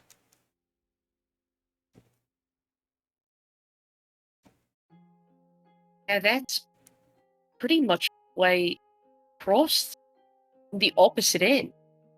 Well, I mean, like, the Silverman is a big target, so I'm assuming, like, since he's a big guy, like, you know, he's got all his money and stuff, like, they probably would pay really well if you got him killed if someone wanted him dead, so... Yeah, but I'm curious about... It looks like that made it all... So, how could he have made the journey all the way out here and not have it fall out or, like, him notice something? Like, is that... Am I thinking too much, or is that... That's partly why I'm wondering if he's been killed between the attempt and now. If we could, real quick, just let me get a mood for the 4 of you. Do you like sleuthing yourselves, or do you like occasionally making roll to remember things you should know? I like to roll. I like to roll. Okay. Yeah! I need, then, the 2 people who have met Jasper Lowe to roll intelligence, please. Come on! You know that's my good Okay. stat. 6. Or rescind your good luck. She's not having it. Oh, she's not. Okay. Oh. It's gonna be bad. Alright, okay. Okay, I got 16 minus 2. That is a 14. I also go 14. Alright, That's you right, both have 'cause you you're both have a negative. guidance. I had mentally set this at a 15, because I like you knowing things. I don't love to tell you things. But Well, then if fine, either I'll of you use my spend guidance. if you I spend got a a 4 guidance, on my guidance. there we go. Yeah, I'll use guidance. Frickin'. I keep getting 3s all night long, all my D4s. That's 16. Okay. Both of you, and it kind of occurs to you at the same time, and you look at one another, and because I've been going back through the old episodes looking for clips these past couple of days, you both remember Jasper Lowe telling you about his friend Mr. Hawk and saying he is a mercenary. He's one of the best mercenaries. I pay for only the best, and I'm very well acquainted with the mercenary world.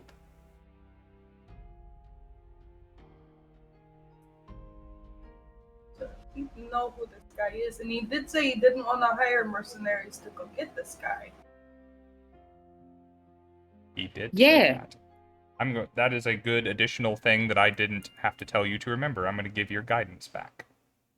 Hey, good job. Hey, Naya's not gonna remember much. but I'm I very got happy to give out. I mentioned at the beginning of the campaign, I'm very happy to give out inspirations and guidances. You guys just always have them when you do these good roleplay things. Shit, Naya. Yeah, you're right.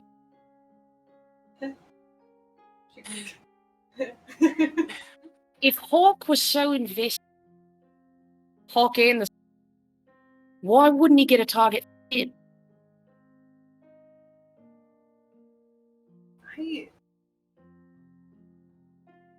Alright, so let's... He knows not to mess with these guys? I could be completely off target, though, like...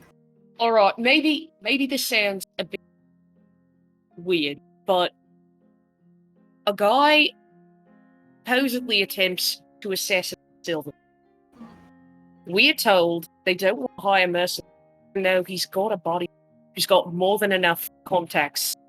Find someone good to get this guy. He gets us, random people instead. We go and find potential guy. He's possibly already dead. Has a pin from another possible mercenary noble. Could Hawk have possibly already killed this guy? And wanted somebody else to go and, I don't know, get killed by him? That's... Maybe he, like, thought he was dead, and then, like, he, like, comes on back and leaves, and they think that someone needs to finish it? The Silverman wouldn't have known that. Is a more sinister thought, considering he said to bring back proof. If he set you up. Because the As- proof would be that it's the... Guy's already dead, you bring back part of a body, say you killed it? I will ask, did he ask for you to bring back proof? That's what I think Nim and I heard, which is why I'm saying that. But... I'll have to go back. I don't remember if he actually asked us to. He just said take care of it, and I figured that I'm like, we should probably bring something. Sure, if I'm getting 200 silver for this, I should probably prove it somehow, right? Because you're a responsible young lady. Yeah. But I don't know that he asked. Well, I would have to go back and look. I do rewatch everything just to try and catch everything. Yeah, But I watch it. what if you go back and just tell him it's finished and wait for him to ask for the proof? That way you can sort of see how he feels about all of it a little bit more. That's smart. Yeah, that's a good idea. Bring them in too. Him and I could always hang around his back. Like, you had us fucking with some big guys, and you said this is easy, and you know I fight. Do you think if we try, maybe find some similar stuff on Hawk? I don't know what mercenary group Hawk is from, so I think... I mean, I don't know, but apparently it's got connections to all kinds. Yeah. Because I'm wondering if... I don't think Hawk... he doesn't seem like a magic to curse the body and attempt to have it kill us. Yeah, Maybe it was just a happy accident? I didn't think Nimwyn would ever kill anyone, and now here we are. No offense, you did a great job. Yeah. Me either, really. So, like, sometimes people surprise you. I'm still caught on why just send us? If you're looking to possibly get someone, I don't know, confused or framed or killed across. I feel like we need more. You guys are talking about this, and Sabbast is molding earth and digging individual graves for selective limbs and body parts. The fact that's happening while this is occurring is so nasty. Nimwyn's just like following you guys around to each hole and contributing to the conversation without even acknowledging the burials. Girls' night, girls. Dorian. Most is after this. You hear a voice, just you. It says, "Well done. I am pleased and impressed how you apply what I have taught you. As I said, this place is mine, and you have returned it to me once again. There is a gift for you, left here quite some time ago, in the boughs of the tree. Take it You guys watch him. Like, I like to think he's cut this thing up while you've been digging holes, and then is just dragging parts of it around, dropping them in the holes for you to. And you watch him, like, the last couple of body parts, like, completely, like, go still and just be staring into space, and, like, drops whatever he's holding. And after a minute or so, he kind of snaps out. I'll just be right back. I need to check. Yeah, and he's already walking off to the tree to go look for whatever he needs to look for. So you going inside under the branches of this thing. You see what you've seen through Morty. You see the entrance to the barrow. You see the tree, and now that you are not distracted by a hideous monster farming poison in there, you see that the trunk of the tree has, as I mentioned, all these cankers, these twisted knots and peculiar shapes to make it look unlike any tree you have seen before. In fact, it strikes you that it resembles a face, but a disfigured one, with branches coming out of the top of its head like strings of hair, reaching up towards the sky, its mouth open in a twisted scream. Oh shit, y'all, I found Godwin the Golden. However, looking up at one particular knot near the branches, something that looks like a distended, swollen eye, you think you spy a little satchel, a little bindle placed up in the tree, just kind of above how high you can reach, just kind of out of sight of a normal-sized creature. I will call for Morty, wait for him to come in, and then send Morty to pluck it out of the tree for me. Easily done. This kind of tests the limit of the carrying capacity of an unladen swallow, but it does bring it down to you and drop it in your hands. European. Oh.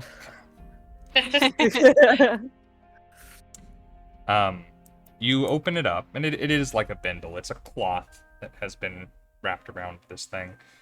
And you undo it, and inside is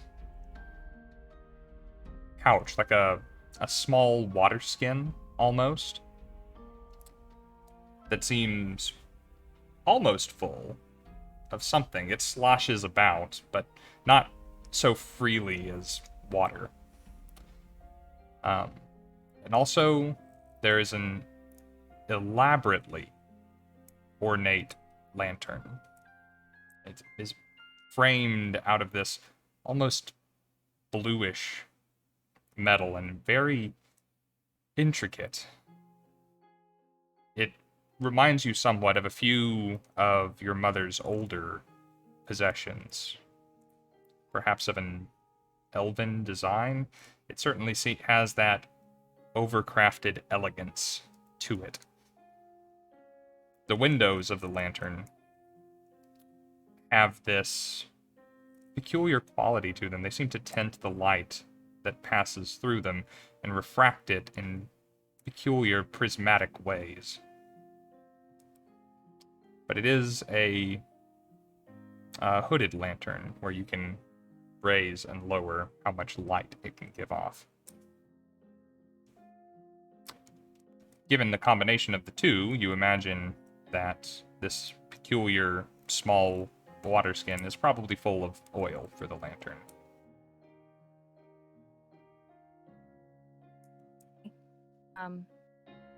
Do one more quick little glance around to make sure I'm not missing anything in the tree before going back out. Other than the peculiar shape of it, this seems to be the only thing up there in the branches. Okay, then I'll go back out with it. I'm assuming, by the not way, really just so we can speak it into canon, did you collect your dagger? Yeah, I said before Okay. I was gonna start doing flowers that I went and picked it up. Thank you. I probably missed that. He'll take it back out, and he's not even really thinking about trying to hide it or any of that kind of stuff. Like, it's in full view, and he's still kind of spaced out, as he normally is after Echo talks to him, so. Hey, and you found a treasure! I felt it was in there, it's a lie, Nim. I don't like lying to you. Echo told me that it was in there. He knows many things. Gonna keep the part about this being his land secret. It's not gonna mention that. Don't really know if this does anything special, but Wait, Echo, is that your bird? no, that's Morty, right? Here, no, Echo's different. It's a long story. Maybe we should head back town. I could explain on the way. I'm gonna need to get back because I've got a shift tonight.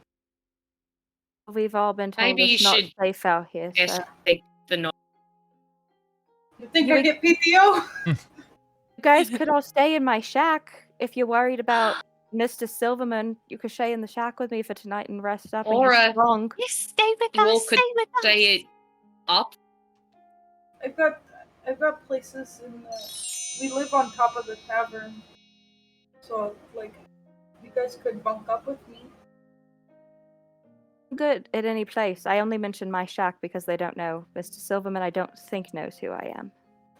But then, I don't really want to stay on the property of the family you're staying with if it's all the same. Something wrong? Ow.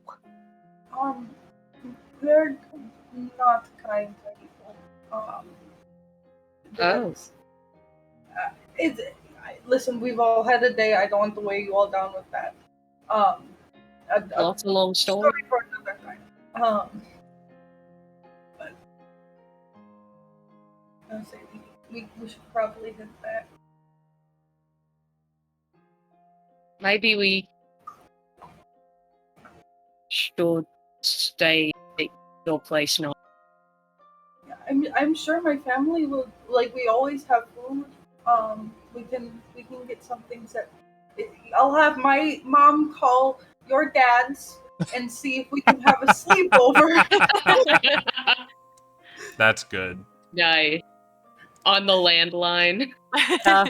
Like, my parents said you can stay over as long as your parents say it's okay. Make Rice Krispies. I'm on the internet. Stop using the phone. I want to watch the Amanda show. So, Rob, real quick before we go, can Nim try to touch one more flower that's still growing? She just wants to see if it's still wilting. you reach out, you hover your hand a few inches away from it. Nothing yet. You grasp it by the stem and pluck it.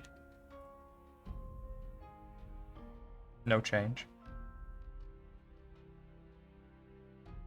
Dorian, you're not going to believe this. It's not bad anymore. Look. And I hold it out. It's not wilting. Gonna put the free hand around Doris. That's great. I wonder if it was the creature then. I didn't think it could be you. You've never done that to anything. I was so scared it was me, though. Like, an extra thing. That's bad. Is that the problem you... Well, they were wilting before when I reached out to them, and now it's not. And the thing that we're getting them for is sort of similar, but not with flowers. So... Make a, You better at Arcana or Religion, cleric girl? Religion, I think. Do that. No, they're the same. Okay, do either. 12. 12.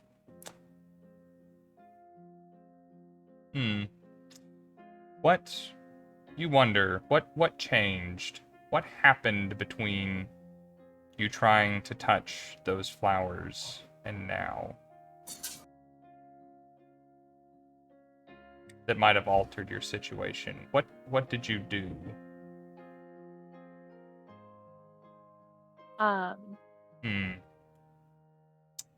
Can't quite put your finger on it.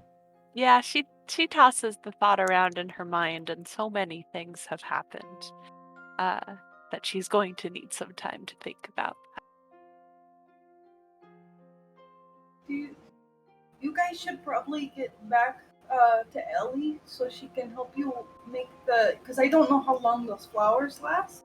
But have you seen the tavern in town, Heart's Heart? I haven't seen much of the town at all, actually. We Would don't pass really it on the way? go out much, but sure we could find it. Would they pass it on their way back to Ellie's?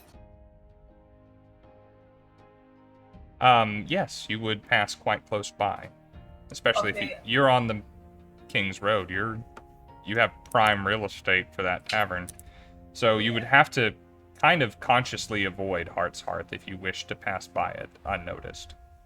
Well, I was going to say that, Right. like, when we head back in, I'll show you where it is.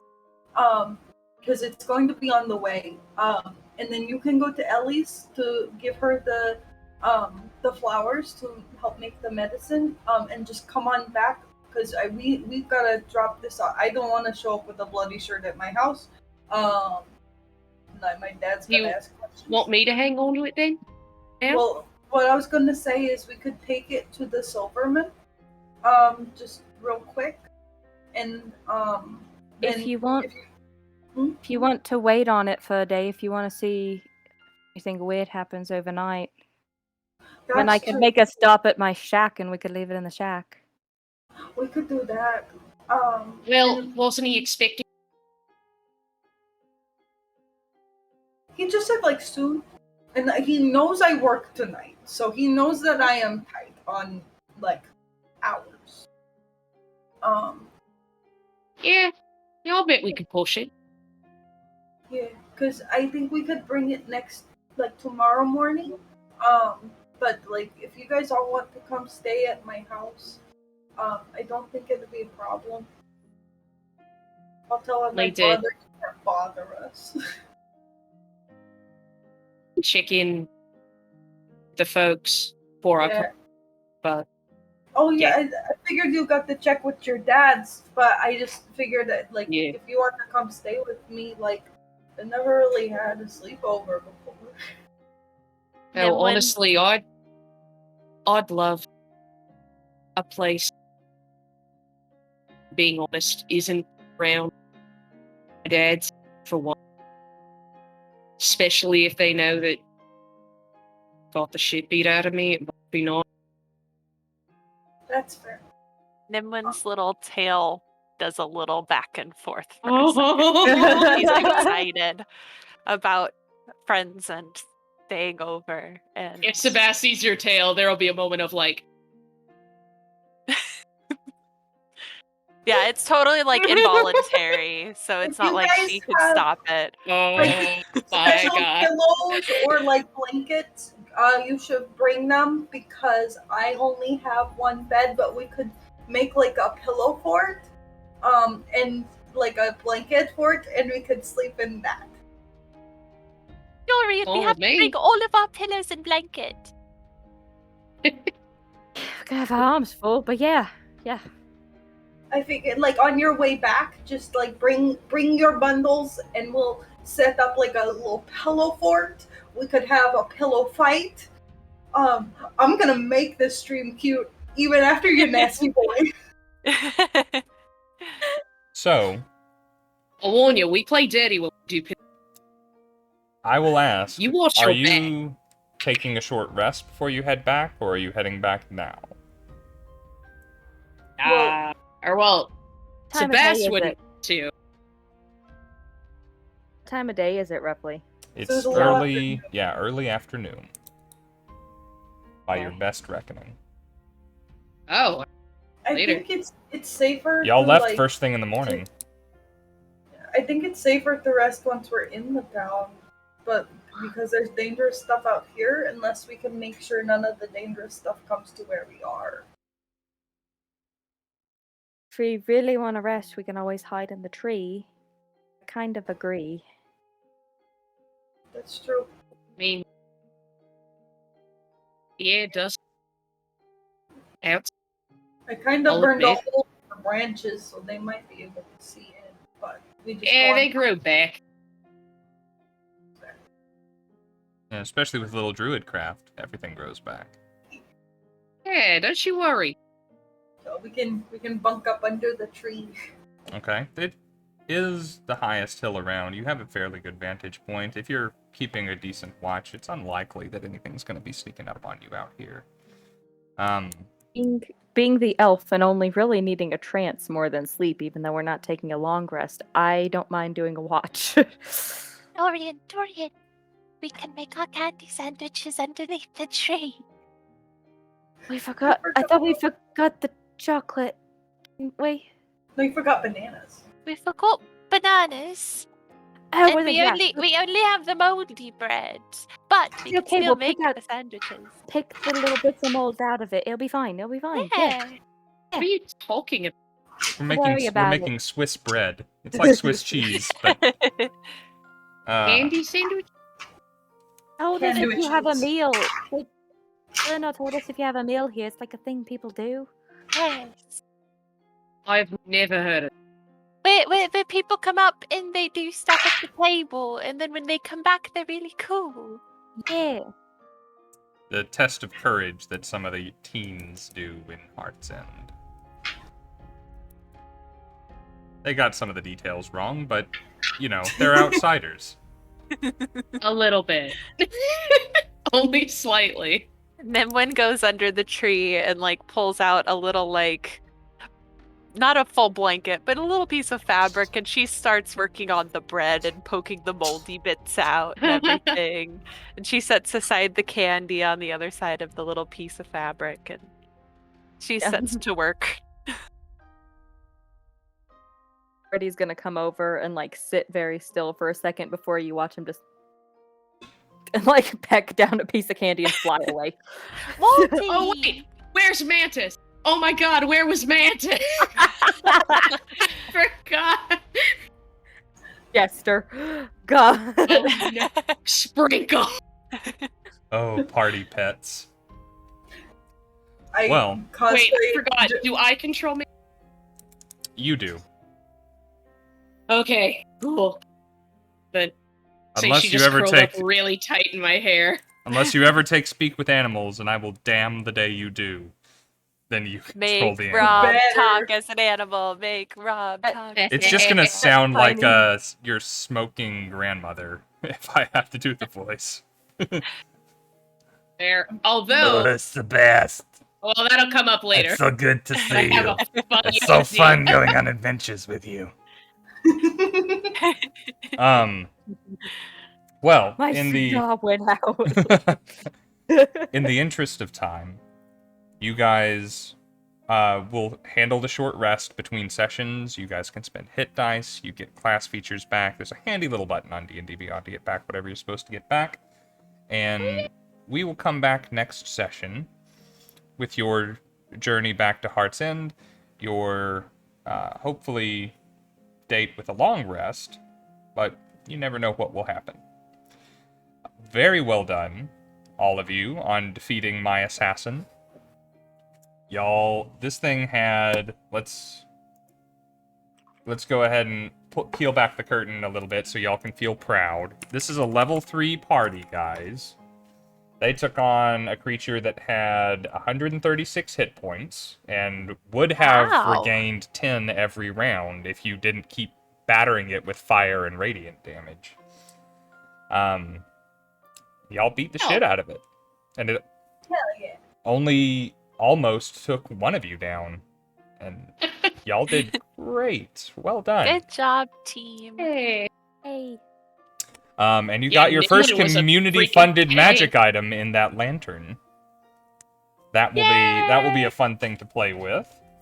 Oh boy. When we get to sit at some particular point, I can do an identify, but I can only ritually do it, so... I will say that while you guys are resting and enjoying sandwiches and up there, you will cast it, and I will message you what it does between sessions. Well, with that, guys, thank you so much for coming and hanging out with us on a Misty Mountain Monday for a little more of Bleakhaven, a Broken Hart, Session 3. Yay! We're moving on up, guys. Let's see. I've been saying that I should raid more often. So there's another D&D streamer out there, Ink and Liar, who are followers of ours. We will give them a jolly old... Well, they're raiding us now. I was about to raid you guys. Oh, wow. We're wrapping up too. I was Never mind. actually just saying how we were going to raid We y'all. were just gonna raid. That we Oh literally no! Just saying it. It's the thought that counts. What We now? were... What do we do? Oh, we're... All right, Where well, do we go? now we owe twice as many people a D&D channel to go raid, so we're gonna pick somebody new. Yes, we gotta keep playing. Yeah. Here you go. What do We we have got? there's a small streamer called Total Party Chill, who's doing some Total party chill. Yeah, I kind of like that. And we're gonna give them a raid. But before we go, thank you, Sarah, for 2 more community subs and 5 more just now. Thank you so all of the supporting of this channel that you do, the gratuitous amount of support that you give us.